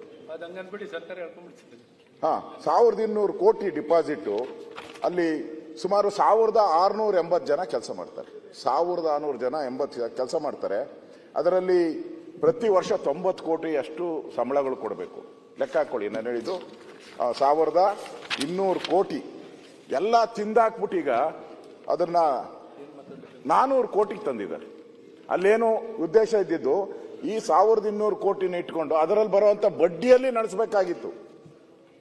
ಪ್ರತಿ ವರ್ಷ ಈ ಸರಿ ನೇಮಕಾತಿಗಳಲ್ಲಿ ಈ ಸರಿ 350 ಪೋಸ್ಟ್ಗಳನ್ನ ನೇಮಕಾತಿ ಮಾಡ್ತಾ ಇದ್ದಾರೆ. ಈಗ ನಾನು ಹೇಳ್ದಲ್ಲ ಮೊನ್ನೆ KPSC 2 ಕೋಟಿ 3 ಕೋಟಿ 1 ಕೋಟಿ. ಇವತ್ತು ಅಲ್ಲಿ ಏನಾಗ್ತಾ ಇದೆ ಗೊತ್ತಾ, ಟೆಂಪರವರಿ ತಗೊಂತಾ ಇರೋದು ಜಸ್ಟ್ 6 ತಿಂಗಳಿಗೆ ಅಂತ ತಗೊಂತಾರೆ. 6 ತಿಂಗಳು ಅಂದ್ರೆ ಎಷ್ಟು ವರ್ಷ ಬೇಕಾದ್ರೂ ಕಂಟಿನ್ಯೂ ಮಾಡ್ತಾರೆ. ಹರಾಜ್ ಹಾಕಿದ್ದಾರೆ. ಇವತ್ತು 5 ಲಕ್ಷ 6 ಲಕ್ಷ 7 ಲಕ್ಷ ಹರಾಜ್ ಕೂಗಿದ್ದಾರೆ ನೋಡಿ. ಮೊನ್ನೆ ನಾನು ನಿಮ್ಮ ಯೂನಿವರ್ಸಿಟಿಗೆ ಹಾರ ಹಾಕಿದ್ದಾರೆ ಅಧ್ಯಕ್ಷರೇ. ಹೂವಿನ ಹಾರ ಅಲ್ಲ, ನೋಟಿನ ಹಾರ. ಸರ್ಕಾರದ ಯೂನಿವರ್ಸಿಟಿ, ಯಾವ ಯೂನಿವರ್ಸಿಟಿ? ಮೈಸೂರು ಓಪನ್ ಯೂನಿವರ್ಸಿಟಿ ಕೊಡಪ್ಪ. ಇದು ಸ್ಟೇಟ್ ಓಪನ್ ಯೂನಿವರ್ಸಿಟಿ. ಸರ್ಕಾರದ ಯೂನಿವರ್ಸಿಟಿಗೆ ನೋಟುಗಳ ಹಾರ ಹಾಕಿದ್ದಾರೆ. ನೋಟುಗಳ ಹಾರ. ಸರ್ಕಾರಕ್ಕೆ ಗೌರವ ಬರುತ್ತಾ ಇದು? ಅಲ್ಲಿ ವೈಸ್ ಚಾನ್ಸಲರ್ ಯಾರು ನೇಮಕ ಮಾಡ್ತಾರೆ? ನೀವೇ ನೇಮಕ ಮಾಡಿರೋದು. ರಿಜಿಸ್ಟ್ರಾರ್ನ ಯಾರು ನೇಮಕ ಮಾಡ್ತೀರಾ? ನೀವೇ ನೇಮಕ ಮಾಡಿರೋದು. ದುಡ್ಡು ಯಾರಿಗೂ ಹೋಗ್ತೈತೆ? ಯಾರಿಗೂ ಹೋಗ್ತಾ ಇದೆ? ಯಾಕಂದ್ರೆ ನಾನು 1200 ಕೋಟಿ 300-400 ಕೋಟಿಗೆ ಬಂದಿದೆ ಅಂತ ಹೇಳಿದ್ರೆ ನೀವೇನ್ ಕ್ರಮ ತೆಗೆದುಕೊಳ್ತೀರಾ? ನೀವು ನಿಮ್ಮ ಅಧ್ಯಕ್ಷತೆಯಲ್ಲಿ ಕಮಿಟಿ ನೇಮಕ ಆಗಿದೆ, ಓಕೆ. ಅದನ್ನೇ ಹೇಳಿದ್ದು ನಾನು. ಹಾರ ಹಾಕಿರೋದು ನಮ್ಮ ಕಾಲದಲ್ಲ, ನಿಮ್ ಕಾಲದಲ್ಲಿ ಹಾರ ಹಾಕಿರೋದು. ಅದು ನಾನು ಹಾಕ್ಸಿಲ್ಲಪ್ಪ. ಯಾರು ಹಾಕಿದಾರ ನಿಮ್ಮ ವಿಡಿಯೋದಲ್ಲಿ ಬಂದಿದೆಯಲ್ಲ, ತಗೊಳ್ಳಿ, ಅವ್ರ ಮೇಲೆ ಕೇಸ್ ಹಾಕಿ. ಯಾರು ಹಾಕಿದಾರೆ? ನಾನು ಹಾಕಿಲ್ಲ. ಅಲ್ಲಿ ನೌಕರರು ಹಾಕಿದ್ದಾರೆ. ಮೈಸೂರಿನ ಯಾರು ಬಿಜೆಪಿಯ ಒಬ್ಬ ಕಾರ್ಯಕರ್ತನೂ ಇಲ್ಲ ಅಲ್ಲಿ. ಅಲ್ಲಿನ ನೌಕರರು ಹಾಕಿರೋಂತ ಮಾಲೆ ಇದು. ಯಾರಿಗ ಮಾಲೆ? ಒಂದ್ ಕಡೆ ಯೂನಿವರ್ಸಿಟಿ ಮುಚ್ತೀರಾ, ಇನ್ನೊಂದ್ ಕಡೆ ಇರೋಂತ ಯೂನಿವರ್ಸಿಟಿನೇ ದರೋಡೆ ಮಾಡಕ್ಕೆ ಉಪಯೋಗ ಆಗ್ತಾ ಇದೆ. ಏನ್ ಕ್ರಮ ತೆಗೆದುಕೊಂಡಿದ್ದೀರಾ ನೀವು? ಅಧ್ಯಕ್ಷ, ನಾನೇನು ಆಪಾದನೆ ಇವ್ರು ತಗೊಂಡ್ರು ಅಂತ ನಾನೇನು ಆಪಾದನೆ ಮಾಡ್ತಾ ಇಲ್ಲ. ನಾನು ಆಪಾದನೆ ಮಾಡ್ತಾ ಇರೋವಂಥದ್ದು ಇಷ್ಟೆಲ್ಲ ಆದ್ರೂ ಕೂಡ ಏನು ಆ ವೈಸ್ ಚಾನ್ಸಲರ್ನ ಏನು ನನ್ನ ಅಭಿಪ್ರಾಯನೋ ಕಮಿಟಿ ರಿಪೋರ್ಟು ಅದೆಲ್ಲ ಐ ಕ್ಯಾನ್ ಡಿಸ್ಕಸ್. ರೇವಣ್ಣ ಈಗ ಗಲಾಟೆ ಮಾಡ್ತಾ ಇದ್ದಾರೆ. ಯಾಕೆ ಸುಮ್ಮನೆ? ಅದಕ್ಕೆ ಸುಮ್ಮನೆ ಕೂತಿದ್ದೀನಿ. ನೋಡಿ, ಏನೇನು ಹೇಳ್ಬೇಕು ಹೇಳ್ಬಿಡಿ. ರೇವಣ್ಣ ನಿಮ್ಮ ಮಧ್ಯೆ ಎಷ್ಟು ಫ್ರೆಂಡ್ಶಿಪ್ ಇದೆಯೋ ನಮಗ್ ಗೊತ್ತಿಲ್ಲ. ಅವ್ರ ಫ್ರೆಂಡ್ಶಿಪ್ ಎಷ್ಟಿದೆಯೋ ನಿಮ್ಮೆಲ್ಲೂ ನನಗೂ ಅಷ್ಟೇ ಫ್ರೆಂಡ್ಶಿಪ್ ಇದೆ. ಇಲ್ಲ, ಯಾಕೆ ಅಲ್ಲಿಗೆ ತಗೊಂಡೋಗ್ಬೇಡಿ, ನನ್ನ ಅಲ್ಲಿಗೆ ತಗೊಂಡೋಗ್ಬೇಡಿ. ನಾನು ಪದ್ಮನಾಭ ನಗರದಾಗ ಇದ್ದೀನಿ. ಅವರಿರೋ ಏರಿಯಾದಲ್ಲಿ ಇದ್ದೀನಿ. ಬಟ್ ನನ್ಗೇನು ದ್ವೇಷ ಇಲ್ಲ, ನನಗೇನು ದ್ವೇಷ ಇಲ್ಲ ಅಧ್ಯಕ್ಷ. ನಂದು ಸಿಂಪಲ್. ನಾನು ತಮಗೂ ತರಿಸ್ತೀನಿ. ಇದೊಂದು ರಾಜ್ಯನ ಕಾಡ್ತಾ ಇರತಕ್ಕಂತ ಓಪನ್ ಯೂನಿವರ್ಸಿಟಿಯಲ್ಲಿ ಎಷ್ಟೊಂದು ಜನ ನಮ್ಮ ವಿದ್ಯಾರ್ಥಿಗಳು ಬರ್ತಾರೆ. ಇದು ದೊಡ್ಡ ಅಕ್ರಮ ನಡೀತಾ ಇದೆ. ಇಷ್ಟೆಲ್ಲ ಮಾಲೆ ಹಾಕಿದ್ರು ಸರ್ಕಾರ ಏನ್ ಕ್ರಮ ತೆಗೆದುಕೊಂಡಿಲ್ಲ. ಸಸ್ಪೆಂಡ್ ಮಾಡಿ ಮುಖ್ಯಮಂತ್ರಿಗಳು ಹೇಳಾರಲ್ಲ ಅದಕ್ಕೆ. ಬಂದ್ರು, ಈಗ ಮಂತ್ರಿಗಳು ಬಂದಿದ್ದಾರೆ. ಮಾಲೆ ಹಾಕಿರೋದು ಹೇಳು, ನಾನು ಬೇರೆ ಬೇರೆ ಏನು ನಾನು ಹೇಳಲ್ಲ. ನಾನು ಯಾರ ಕಾಲ ಅಲ್ಲ, ಮಾಲೆ ಹಾಕಿರೋದು ಹೇಳು ಅಷ್ಟೇ. ಈಗ ಅವ್ರೇನೋ ಹೇಳ್ತಾ ಇದ್ರು, ಈಗ ಗೌರವಾನ್ವಿತ ವಿರೋಧ ಪಕ್ಷದ ನಾಯಕರು ಹೇಳ್ತಾ ಇದ್ರು ಏನ್ ಮಾಡ್ತಾ ಇದ್ದಾರೆ ಅಂತ. ಈಗ ನಮ್ಮ ಗಮನಕ್ಕೆ ಮೊನ್ನೆನೇ ನನ್ನ ಗಮನಕ್ಕೆ ಬಂತು. ತಕ್ಷಣ ನಮ್ಮ ಉನ್ನತ ಶಿಕ್ಷಣ ಕರ್ನಾಟಕ ಸ್ಟೇಟ್ ಹೈಯರ್ ಎಜುಕೇಶನ್ ಕೌನ್ಸಿಲ್ನ ಉಪಾಧ್ಯಕ್ಷರಿಗೆ ಕೂಡಲೇ ಹೋಗಿ ಅಲ್ಲಿ ಏನು ವಸ್ತುಸ್ಥಿತಿ ಏನು ಅಂತಕ್ಕಂಥದ್ದು ಅದರ ವರದಿ ಕೊಡಬೇಕು ಅಂತ ಹೇಳಿದ್ದೀವಿ. ಅದರಿಂದ ನಾವ್ಯಾರು ಸುಮ್ಮನೆ ಕೂತಿಲ್ಲ. ನಮ್ಮ ಗಮನಕ್ಕೆ ಬಂದ ಕೂಡಲೇ ಈಗಾಗಲೇ ಅವರು ಹೋಗ್ತಾ ಇದ್ದಾರೆ. ಅವ್ರ ಸಂಪೂರ್ಣವಾದಂಥ ವರದಿ ಕೊಟ್ಟ ಮೇಲೆ ಅದ್ರ ಮೇಲೆ ಏನು ಕ್ರಮ ತಗೋಬೇಕು ಹೇಳ್ತೀವಿ. ಖಂಡಿತ ಆ ರೀತಿ ಯಾವುದೇ ಇದಕ್ಕೆ ಅವಕಾಶ ಕೊಡೋದಿಲ್ಲ. ಓಕೆ, ಸಭಾಧ್ಯಕ್ಷರೇ, ಫೈನಲಿ ಕನ್ಕ್ಲೂಡ್ ಏನು ಎಜುಕೇಶನ್ ಹೇಳೋದಾದ್ರೆ, ಸರ್ಕಾರಕ್ಕೆ ಇವರು 350 ಕೋಟಿ ಕೊಡಬೇಕಾಗುತ್ತೆ ಒಂದೊಂದು ಯೂನಿವರ್ಸಿಟಿಗೆ ಅಂತ ಅವ್ರ ಕಲ್ಪನೆ ಇದೆ. ಇವರು ನ್ಯಾಯಪೇಸ ದುಡ್ಡು ಕೊಡಬೇಕಾಗಿಲ್ಲ. ದುಡ್ಡಿನ ಆಲೋಚನೆ ಮಾಡಿಕೊಂಡು ಹಣದ ಅವಶ್ಯಕತೆ ಆ ಯೂನಿವರ್ಸಿಟಿಗಳಿಗಿಲ್ಲ. PG ಸೆಂಟರ್ಗಳು ಇರೋದೇ ಅಡ್ಮಿನಿಸ್ಟ್ರೇಟಿವ್ ಆಗಿರೋದು. ಅಕಾಡೆಮಿಕ್ ಆಗಿ ಇನ್ನೂ ಎಕ್ಸ್ಪೆಂಡ್ ಆಗಬೇಕಂದ್ರೆ ಕಾನ್ಸ್ಟಿಟ್ಯೂಂಟ್ ಕಾಲೇಜ್, ಗೌರ್ಮೆಂಟ್ ಕಾಲೇಜ್ಗಳನ್ನ ಕಾನ್ಸ್ಟಿಟ್ಯೂಂಟ್ ಕಾಲೇಜ್ ಮಾಡ್ಕೊಂಡ್ರೆ ಸ್ಯಾಂಕ್ಷನ್ ಪೋಸ್ಟ್ ಇದೆ. ಹೊಸ ಸ್ಯಾಂಕ್ಷನ್ ಪೋಸ್ಟ್ನು ಕೊಡಬೇಕಾಗಿಲ್ಲ. ಎಕ್ಸಿಸ್ಟಿಂಗ್ ಸ್ಯಾಂಕ್ಷನ್ ಪೋಸ್ಟ್ಗಳನ್ನ ಭರ್ತಿ ಮಾಡಿದ್ರೆ ಸಾಕಾಗುತ್ತೆ. ಎಕ್ಸಿಸ್ಟಿಂಗ್ 4,000 ಪೋಸ್ಟ್ ಇದೆ, ಅವನ್ನ ಭರ್ತಿ ಮಾಡಬೇಕು. ರೀಡಿಸ್ಟ್ರಿಬ್ಯೂಷನ್ ಆಗಿದೆ, ಅದನ್ನ ಭರ್ತಿ ಮಾಡಿದ್ರೆ ಸಾಕಾಗುತ್ತೆ. ಸರ್ಕಾರಕ್ಕೆ ₹1 ಹೊಸದಾಗಿ ₹1 ಹೊಸದಾಗಿ ಖರ್ಚಾಗ್ತಿಲ್ಲ. ಸೊ ಹಾಗಾಗಿ ಬಹಳ ಸ್ಪಷ್ಟವಾಗಿ ಹೇಳಕ್ಕೆ ಇಷ್ಟಪಡ್ತೀನಿ. ನಾವು ಯಾಕೆಂದ್ರೆ ನಾವೇನು ಇಲ್ಲಿ ನಿಂತಿರೋದು ಮಾಡಿರೋದು, ನೀವು ಯಾವಾಗಲೂ ಏನೋ ಪ್ರತಿಷ್ಠೆ ಅಂತಿರ್ತೀರ. ದಯವಿಟ್ಟು ಯಾವುದು ಪ್ರತಿಷ್ಠೆ ಇಲ್ಲ, ನಮಗೆ ಯಾವುದು ಪ್ರತಿಷ್ಠೆ ಇಟ್ಕೊಂಡು ಹೇಳ್ತಿಲ್ಲ, ಕಾಳಜಿಯಿಂದ ಹೇಳ್ತಾ ಇದ್ದೀವಿ ಹೊರತು ಜವಾಬ್ದಾರಿತ್ವಾದಂಥ ಸ್ಥಾನದಲ್ಲಿ ಇದ್ದೀವಿ. ಇಲ್ಲಿ ಸದನದಲ್ಲಿ ನಾವು ಸದಸ್ಯರಾಗಿ ಬಂದು ನಿಂತ್ಕೊಂಡು ಇಲ್ಲಿ ಮಾತಾಡ್ತಿರ್ಬೇಕಾದ್ರೆ ನಾವು ಇಲ್ಲಿ ಇಲ್ಲ ಅಂದ್ರೆ ನಾವೇನು ಮಾತಾಡ್ತಿರ್ಲಿಲ್ಲ. ಇಲ್ಲಿ ಮಾತಾಡ್ಲಿಕ್ಕೆ ಅವಕಾಶ ಸಿಕ್ಕಿದೆ, ಸರ್ಕಾರಕ್ಕೆ ತಿಳಿಸುವಂತ ಅವಕಾಶದಲ್ಲಿ ಮಾಡ್ತಾ ಇದ್ದೀವಿ. ಉಳಿಸಿ ದಯವಿಟ್ಟು ಅಷ್ಟೇ. ನೀವು ಉಳ್ಕೊಳ್ಳಿ, ಯೂನಿವರ್ಸಿಟಿನೂ ಉಳ್ಕೊಳ್ಳಿ. ಆಯ್ತು, ಮನೆಗೆ ಬಂದು ಎಲ್ಲರಿಗೂ ಹಾರ ಹಾಕ್ಬಿಟ್ಟು. ಸರ್ ಸಭಾಧ್ಯಕ್ಷರೇ, ದುಡ್ಡಿನಾರನ ಹೂವಿನ ನಾವು ಹೂವಿನ ಹಾರ ಹಾಕ್ತೀವಿ ನಮ್ಮ ಮಂಗಳೂರು. ಸರ್ ನಾಳೆ ಬೆಳಗಿನ ಮಟ್ಟ ಹೇಳಿದ್ರೆ ಕಂಟಿನ್ಯೂ ಆಗತ್ತೆ ಸರ್, ಏನ್ ತೊಂದರೆ ಇಲ್ಲ. ಸಭಾಧ್ಯಕ್ಷರೇ ಆಗ್ಲಿ, ಏನ್ ನಾಳೆ ಬೆಳಗಿನ ಮಟ್ಟ ಕೊಟ್ಟರು ಮಾತನಾಡ್ತಾರೆ ಸರ್. ನಿಮ್ಮ ಲೋಕಸಭಾ ಸದಸ್ಯರೇ ಹೇಳಿದ್ರು, ಮೈಸೂರಿನ ಹಿಂದೆ ಲೋಕಸಭಾ ಸದಸ್ಯರಿದ್ರಲ್ಲ, ಅವ ಕುಲಪತಿಗಳ ನೇಮಕಾತಿ ಅವರೇ ಹೇಳಿದ್ರು. ದುಡ್ಡಿನ ಹಾರ ಅಂದ್ರಲ್ಲ, ಅದಕ್ಕೆ ನಾನು ನೆನಪು ಮಾಡ್ತಾ ಇದ್ದೀನಿ ನಿಮ್ಗೆ ವಿಷಯ. ನಿಮ್ಗೆ ದುಡ್ಡು ಜಾಸ್ತಿ, ನಿಮ್ಗೇನು ಕೊಡೋದು ಬೇಕಿಲ್ಲ ಬಿಡಪ್ಪ. ಆಯ್ತು, ಕಂಟಿನ್ಯೂ.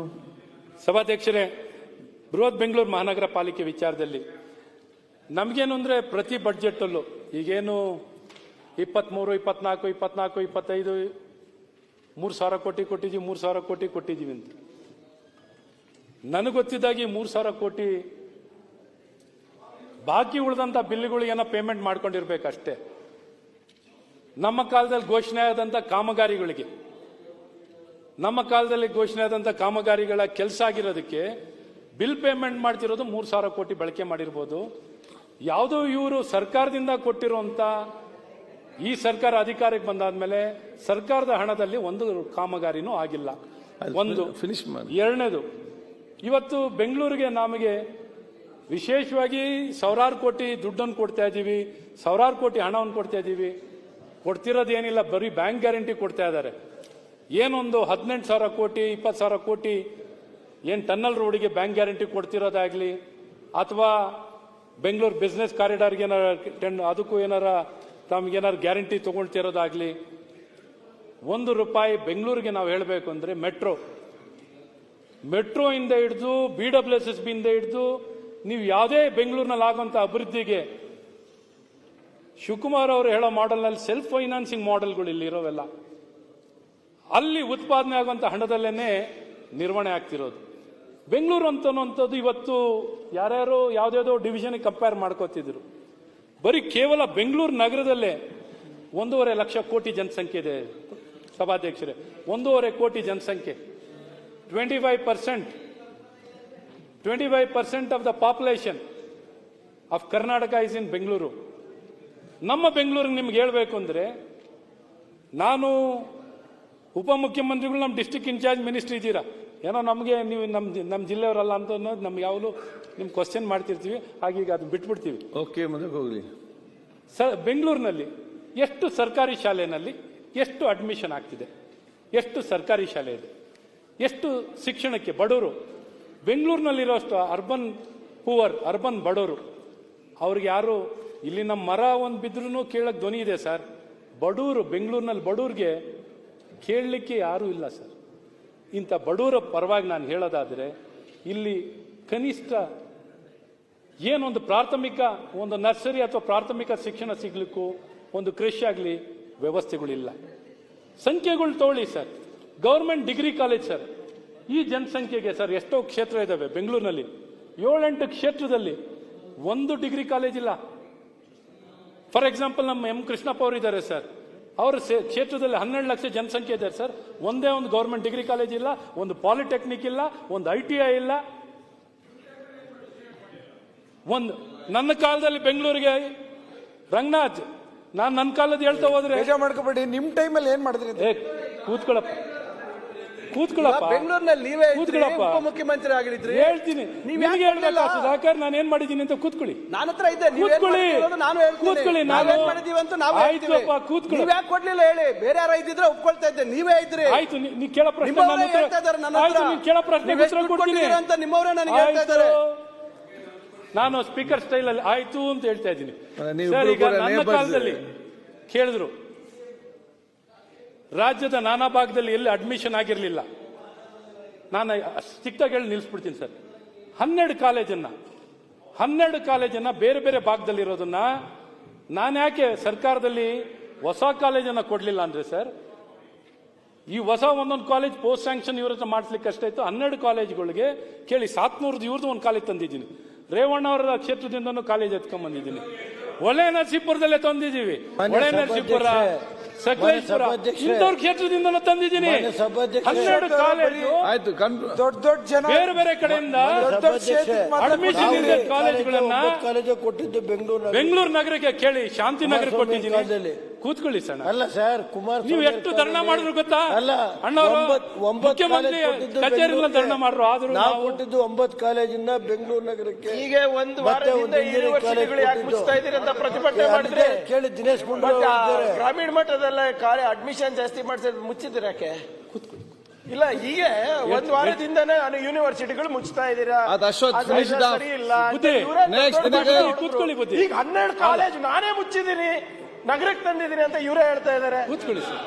ಪ್ರಿಯಾಂಕ್, ಏನೋ ಒಂದು ನನ್ಗೆ ಗೊತ್ತಿಲ್ಲ, ನಂಗೆ ಅರ್ಥ ಆಗ್ತಾ ಇಲ್ಲ ಸರ್. ತುಂಬಾ ನೀವು 12 ಕಾಲೇಜ್ ಮುಚ್ಚಿದ್ದೀರಾ ದಯವಿಟ್ಟು ನೀವು ಅಥವಾ ನಗರಕ್ಕೆ ತಂದಿದ್ದೀರಾ ಅಂತ ಹೇಳ್ತಾ ಇದ್ದೀರಾ. ಗ್ರಾಮೀಣ ಮಟ್ಟದಲ್ಲಿ ಅಡ್ಮಿಷನ್ ಜಾಸ್ತಿ ಮಾಡ್ಸಕ್ ಏನ್ ಮಾಡಿದಿರಾ ಅಂತ ಅದನ್ನ ಹೇಳೋಕೆ ಇಷ್ಟು ಕೊರತೆ ಇದೆ ಸರ್ ಇವ್ರಿಗೆ. ನೀವು ಹೇಳಿದ್ರೆ ಕೂತ್ಕೊಳ್ಳ, ಪೂರ್ತಿ ಮಾತಾಡ್ತಾ ಕೇಳಿಸ್ಕೊಡ್ರಿ ರೇ. ಒಳ್ಳೆ ಫೈಲ್ಸ್ ಬಂದವ್ರಂಗ್ ನಿಂತಾನೆ ಇರ್ತೀರ ರೇ. ಬಾಯ್ಗೆ ಬಂದಾಗ ಮಾತಾಡ್ತಾ ಏನ್ರಿ? ಯಾಕೆ ಮಾತಾಡ್ತೀವಿ ನೀವು? What do you mean? What do you mean?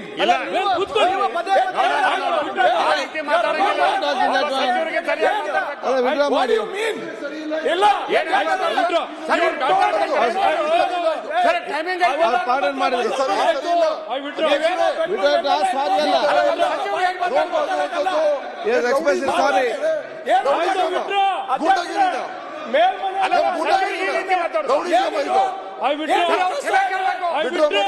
Apologise ಮಾಡಿ. ಅಪಾಲಜೈಸ್.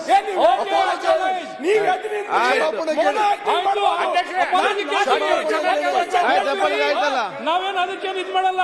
ಇಲ್ಲ ಇಲ್ಲ ಅಶೋಕಣ್ಣ, ಪಾರ್ಟಿ ತೀರ್ಮಾನ ಮಾಡಿ. ಯಾಕೆ ಇಷ್ಟು ಅಸಹನೆ? ಆ ಶಬ್ದ ಒಬ್ಬ ಸಚಿವರಾಗಿ ಬಾರ್ ಉಪಮುಖ್ಯಮಂತ್ರಿ ಲಾಜಿಕ್ ಆಗಿ ಒಂದು ಕ್ವೆಶ್ಚನ್ ಕೇಳಿದ್ರೆ ನಿಮ್ಗೆ ಉತ್ತರ ಕೊಡಕ ಆಯ್ತು. DCM ಇದ್ದವ್ರು ನೀವು. ಆಯ್ತು, ಕೂತ್ಕೊಳ್ರಿ. ಏನ್ ಅಧ್ಯಕ್ಷರೇ, ಮಾತಾಡ್ತೀರಿ ನೀವು. ಸರಿ ಇಲ್ಲ, ಅವರ ವರ್ತನೆ ಸರಿ ಇಲ್ಲ, ಸರಿ ಇಲ್ಲ, ಸರಿ ಇಲ್ಲ, ಯಾವುದು ಸರಿ ಇಲ್ಲ.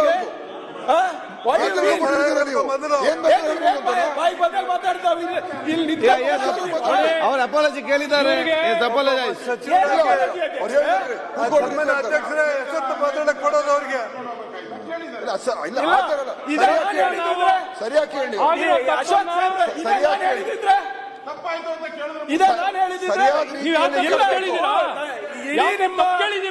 ಪಕ್ಷದಲ್ಲಿ ನಾವೇ ಆ ಸಭೆಯಲ್ಲಿ ಕೇಳಿದ್ದಾರೆ. ನಿಮ್ಮ just for your information Ashok,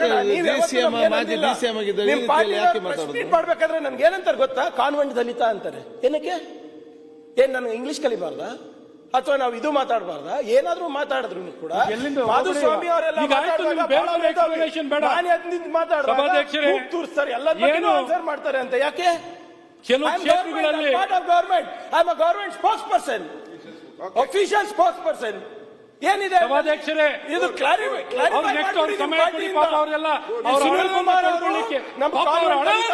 ಅವಕಾಶ ಸೂಟ್ ಹಾಕೊಂಡು ವಿಕಾಸ್ ಸೌಧದಲ್ಲಿ ತೋಡ್ಕೊಳ್ಳಿಕ್ಕೆ ಅವಕಾಶ ಮಾಡಿ. ಮತ್ತೆ ಇವ್ರು ಸೂಟ್ ಹಾಕಬಹುದು, ನಾನು ಹಾಕಕ್ಕಾಗಲ್ಲ. ಅವ್ರು ಹಾಲು ಕುಡಿಬಹುದು, ಗ್ರೀವಿಯನ್ಸ್ ಕುಡಿಯಕ್ಕಾಗಲ್ಲ. ಪಾಪ ಗ್ರೀವಿಯನ್ಸ್ ಇದೆ, ಹೇಳ್ಕೊಳ್ಳಿ. ಸಭಾಧ್ಯಕ್ಷರೇ, ಕ್ಲಾರಿಟಿ ಕೊಡಿ ನಿಮ್ ಪಕ್ಷದಿಂದ. ಪಕ್ಷದ ಈಗ ಸದನದಲ್ಲಿ ಆಗ್ತಾ ಇದೆ, ಪ್ರೆಸ್ ಮೀಟ್ ಅಲ್ಲಿ ಆಗ್ತಾ ಇದ್ರೆ ನಾನು ಅಲ್ಲೇ ಉತ್ತರ ಕೊಡ್ತಾ ಇದ್ದೆ. ಮೇಲ್ಮನೆಯಲ್ಲೂ ಮೊನ್ನೆ ಇದೇ ಆಗಿದೆ, ಕೆಳಗಿನ ಮನೆಯಲ್ಲೂ ಇದೇ ಆಗಿದೆ. ನನ್ನ ಬಗ್ಗೆ ಅಸೂಯೇನೋ ಅಸಹನೇನೋ ಅಥವಾ ಈ ಸಮುದಾಯದ ಬಗ್ಗೆ ಅಸೂಯೇನೋ ಅಸಹನೇನೋ ಹೇಳ್ಬಿಡ್ಲಿ ಅವರು. ಮಾನ್ಯ ಸಭಾಧ್ಯಕ್ಷರೇ, ಅಸಹನೆ ಏನಕ್ಕೆ ಹೇಳಿ. ಈಗ ರೆಗ್ಯುಲೇಟ್ ಮಾಡಬೇಕು ಇವ್ರನ್ನ. ಆಯ್ತು, ಅವ್ರು ಮಾಡಬೇಕು. ನಾನು ಅದಕ್ಕೆ ಹೇಳಿದ್ದೀನಿ ಅಧ್ಯಕ್ಷ, ನಿಯಂತ್ರಣ ಮಾಡಿ. ದಯವಿಟ್ಟು ನನಗೆ ನಿಮ್ಮ ಅಪಾಲಜಿನೂ ಬೇಡ.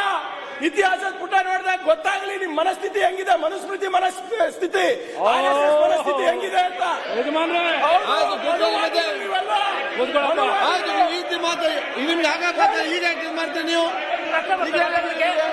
ಈಗ ಇವರಿಗೆಲ್ಲ ಫೈಲ್ಸ್ ಬಂದಿದ್ಯಾ? ಇವರಿಗೆಲ್ಲ ಫೈಲ್ಸ್ ಬಂದಿದ್ಯಾ? ಈಗ ಫೈಲ್ಸ್ ಬಂದಿದ್ಯಾ ಇವರಿಗೆಲ್ಲ? ಅಪಾಲಜಿ ಕೇಳಿ, ಅಪಾಲಜಿ ಕೇಳಿ. ನಿಮ್ ಮನಸ್ಥಿತಿ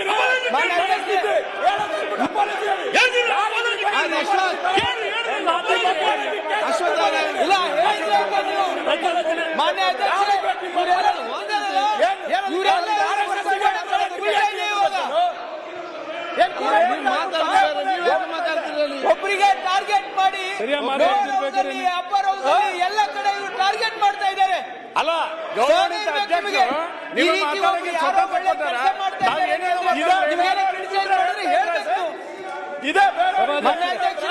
ಇದು ಸರಿಯಾಗಿರ್ತಕ್ಕಂಥದ್ದಲ್ಲ.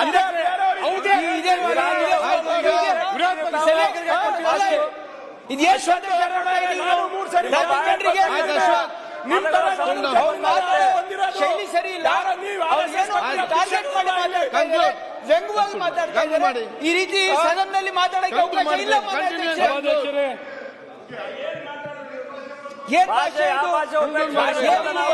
ನಾಟಕ ಮಾಡ್ತಾ ಇದ್ದಾರಾ? ಮೊದಲು ಕಲೀರಿ. ಒಪ್ತೀರಾ ನೀವು? ಅವ್ರ ಹೊಟ್ಟೆಯಲ್ಲಿ ಹೊರಗೆ ಬರ್ತಾ ಇದೆ. ಅಪಾಲಜಿ ಕೇಳಿದ್ಮೇಲೆ ಅವ್ರ ದಿನೇಶ್ ಹೇಳಿದ್ರು ಅಪಾಲಜಿ ಕೇಳಿ ಅಂದ್ರೆ ಕೇಳಿದ್ರು, ಅಲ್ಲಿ ಬಿಟ್ಬಿಡೋಣ. ಈ ತರದ ಇಲ್ಲ, ಪದೇ ಪದೇ ಆಗ್ತಾ ಇದೆ ಅಲ್ಲ ನಿಮ್ ಪಕ್ಷದಿಂದ.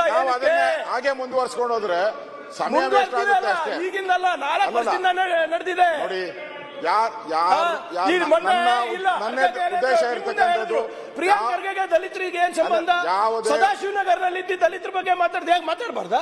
ಡಾಲರ್ಸ್ ಕಾಲೋನಿನಲ್ಲಿ ನೀವೆಲ್ಲ ಮನೆ ಕಟ್ಬಹುದು ನೋಡಿ.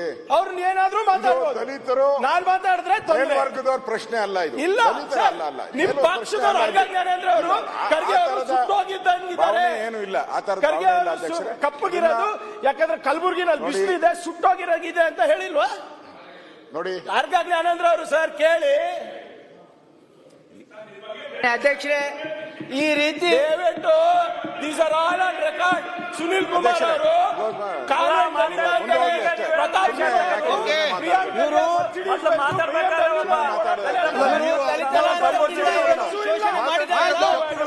ಇವರೇ ತತ್ವ ಇದೆಯಲ್ಲ, ಈ ಮನುಸ್ಮೃತಿ ಈಗಲೂ ಕೂಡ ಅವ್ರ ಹೊಟ್ಟೆಯಲ್ಲಿ ಇದೆ ಅಂತ ಹೇಳಿ ಪ್ರದರ್ಶನ ಮಾಡ್ತಾ ಇದ್ದಾರೆ ಇವರು. ಇವರು ಸಂಸ್ಕೃತಿ ಅದು. ಕೇಳಿ ಮಾತಾಡಿ ಮಂಜು, ಕಂಕ್ಲೂಡ್ ಮಾಡಿ. ಅಲ್ಲ ಮಂಜು ಏನ್ ಮಾತಾಡಿದ್ರು ಅಂತ ಕೇಳಿ ಮಾತಾಡಿ. ಏನ್ ಮಾತಾಡಿದ್ರು ಕೇಳಿ ಮಾತಾಡಿ. ವೈಯಕ್ತಿಕವಾಗಿ ಏನೋ ಇಲ್ಲಿ ಚರ್ಚೆ ವೈಯಕ್ತಿಕ ಚರ್ಚೆ ಆಗೋದು ಒಳ್ಳೇದಲ್ಲ. ಯಾರೇ ಮಾತಾಡ್ಲಿ ವೈಯಕ್ತಿಕವಾಗಿ ಹೋಗುವಂತ. ಲಾಸ್ಟ್ ಟೈಮ್ ಅಲ್ಲಿ ಚರ್ಚೆ ಆಯ್ತು ವಿಧಾನ ಪರಿಷತ್ ಅಲ್ಲಿ, ಈಗ ಇಲ್ಲಿ ಸ್ಟಾರ್ಟ್ ಆಗಿದೆ. ಅಲ್ಲ ಆಯ್ತು, ಒಂದು ಟ್ರೈನಿಂಗ್ ಕೊಡಿಸುವ.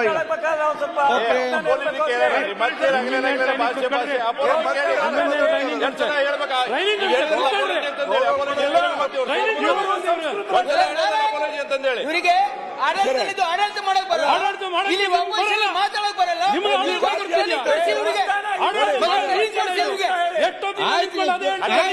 ಸಬ್ಜೆಕ್ಟ್ ನೀವು ನೆಕ್ಸ್ಟ್ ಸಬ್ಜೆಕ್ಟ್ ಹೋಗಿ ಮಾಡಿ.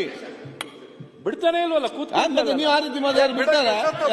3 ಗಂಟೆ ಆಯ್ತು. ಅವ್ರದ್ದು ಅಷ್ಟು ಮಬ್ಬೆ ಆಗ್ತದೆ, ಜಾಸ್ತಿ ಮಾತಾಡ್ಕೊತ ಕೂತ್ರೆ ಈಗ. ಮಾನ್ಯ ಸಭಾಧ್ಯಕ್ಷರೇ, ನಾನೇನೋ ಅವ್ರು ಕೇಳಿ ಆಯ್ತು, ಈಗ ಮುಂದೆ ಹೋಗಿ.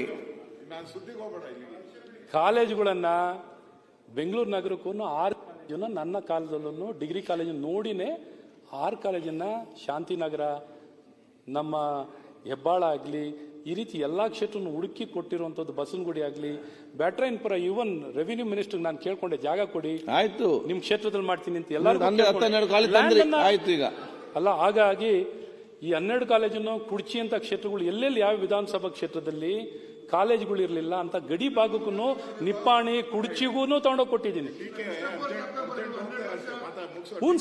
ಕೇಳಿಸ್ ಕೂತ್ಕೊಳ್ಳಿ ಎಲ್ಲರಿಗೂ ಒಂದು ನಿಮಿಷ ನೋಡಿ. ಈಗ ತಿರ್ಗಾ ಒಂದು ಈಗ ಇದಕ್ಕೆ ನಿಮ್ ಡಿಪಾರ್ಟ್ಮೆಂಟ್ ಜೋಶ್ ಇಲ್ಲ.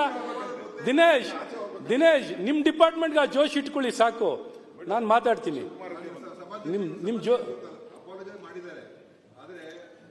ತಪ್ಪು ಮಾಡಿದೀನಿ ಅಂತ ಗ್ರಹಿಕೆ ಬಂದು ಅಪಾಲಜೈಸ್ ಮಾಡಿದ್ರೆ ಅದಕ್ಕೆ ಅರ್ಥ ಇದೆ. ಅವ್ರು ತಪ್ಪು ಮಾಡಿದ ಗ್ರಹಿಕೆನೇ ಇಲ್ಲ, ಸುಮ್ಮನೆ ರೆಕಾರ್ಡ್ಗೋಸ್ಕರ ಅಪಾಲಜೈಸ್ ಮಾಡಿದ್ದಾರೆ. ಉತ್ತರ ಹೇಳಿ ಅವರು. ಆಯ್ತು, ಕಂಟಿನ್ಯೂ ಮಾಡಿ, ಫಿನಿಶ್. ಈಗ ನನ್ನ ಎದೆ ಸೀಳಿ ಅವ್ರಿಗೆ ತೋರಿಸ್ತೀನಿ ಬೇಗ. ಓಕೆ, ನಾನು ಈಗ ನಾನು ಯಾಕಿದ್ ನನ್ನ ಸ್ವಂತಕ್ಕೆ ಮಾತಾಡ್ತಿರ್ಲಿಲ್ಲ.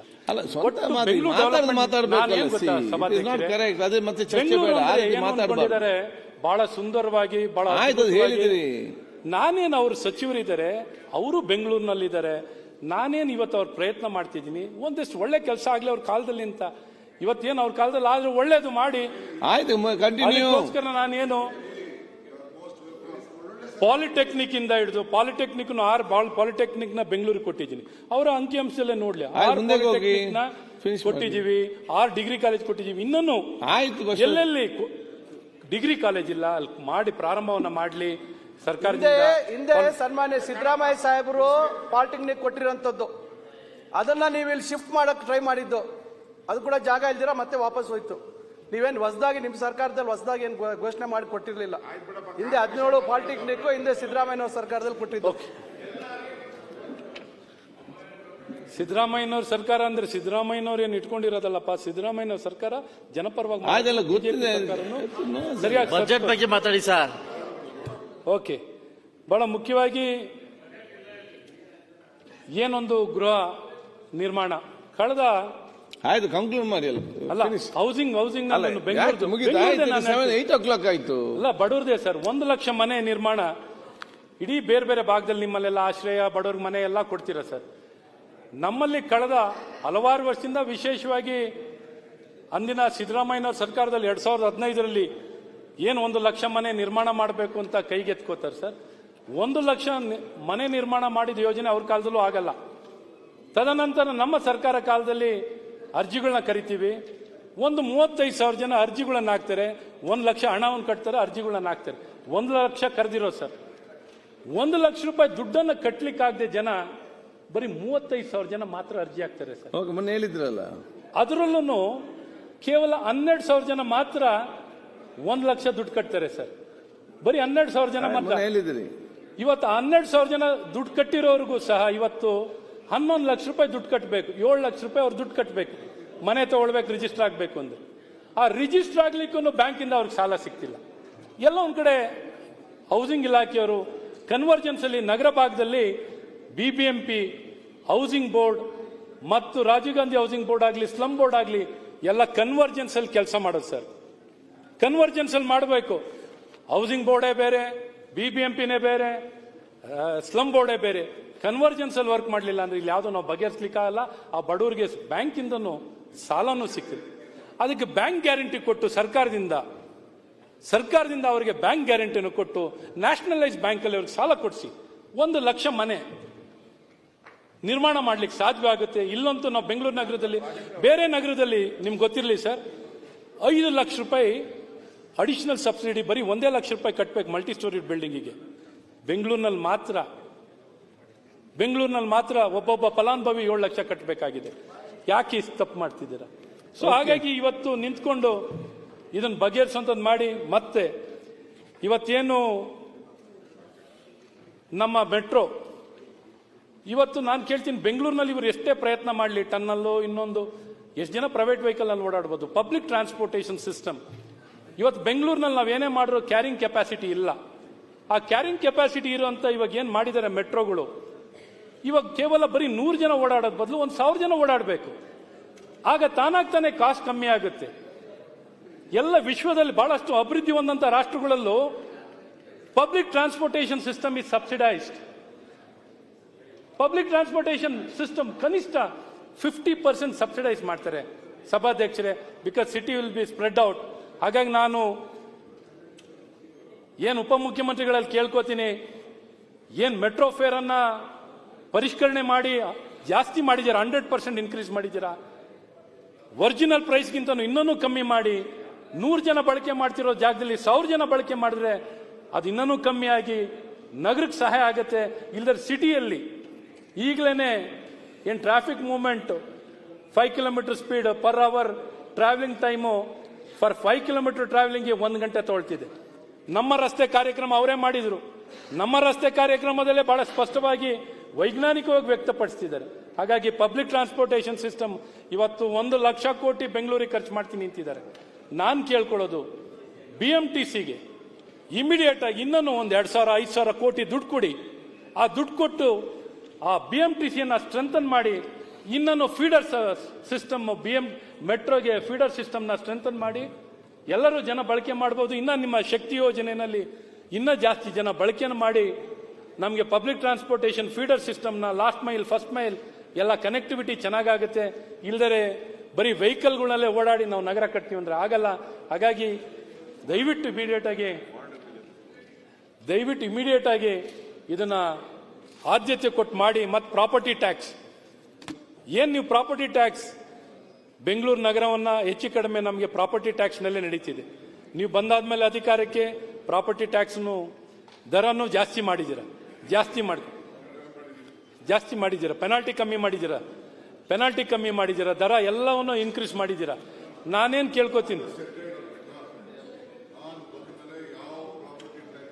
ಜಾಸ್ತಿ ಮಾಡಿಲ್ಲ. ಏನಾದ್ರು ಮಾಡಿದ್ರೆ ರೆಗ್ಯುಲೈಸ್ ಮಾಡಿದ್ದೀನಿ, 1 ಟೈಮ್ ಸೆಟಲ್ಮೆಂಟ್ ತಂದಿದ್ದೀನಿ. ಅರ್ಥ ಆಯ್ತಾ?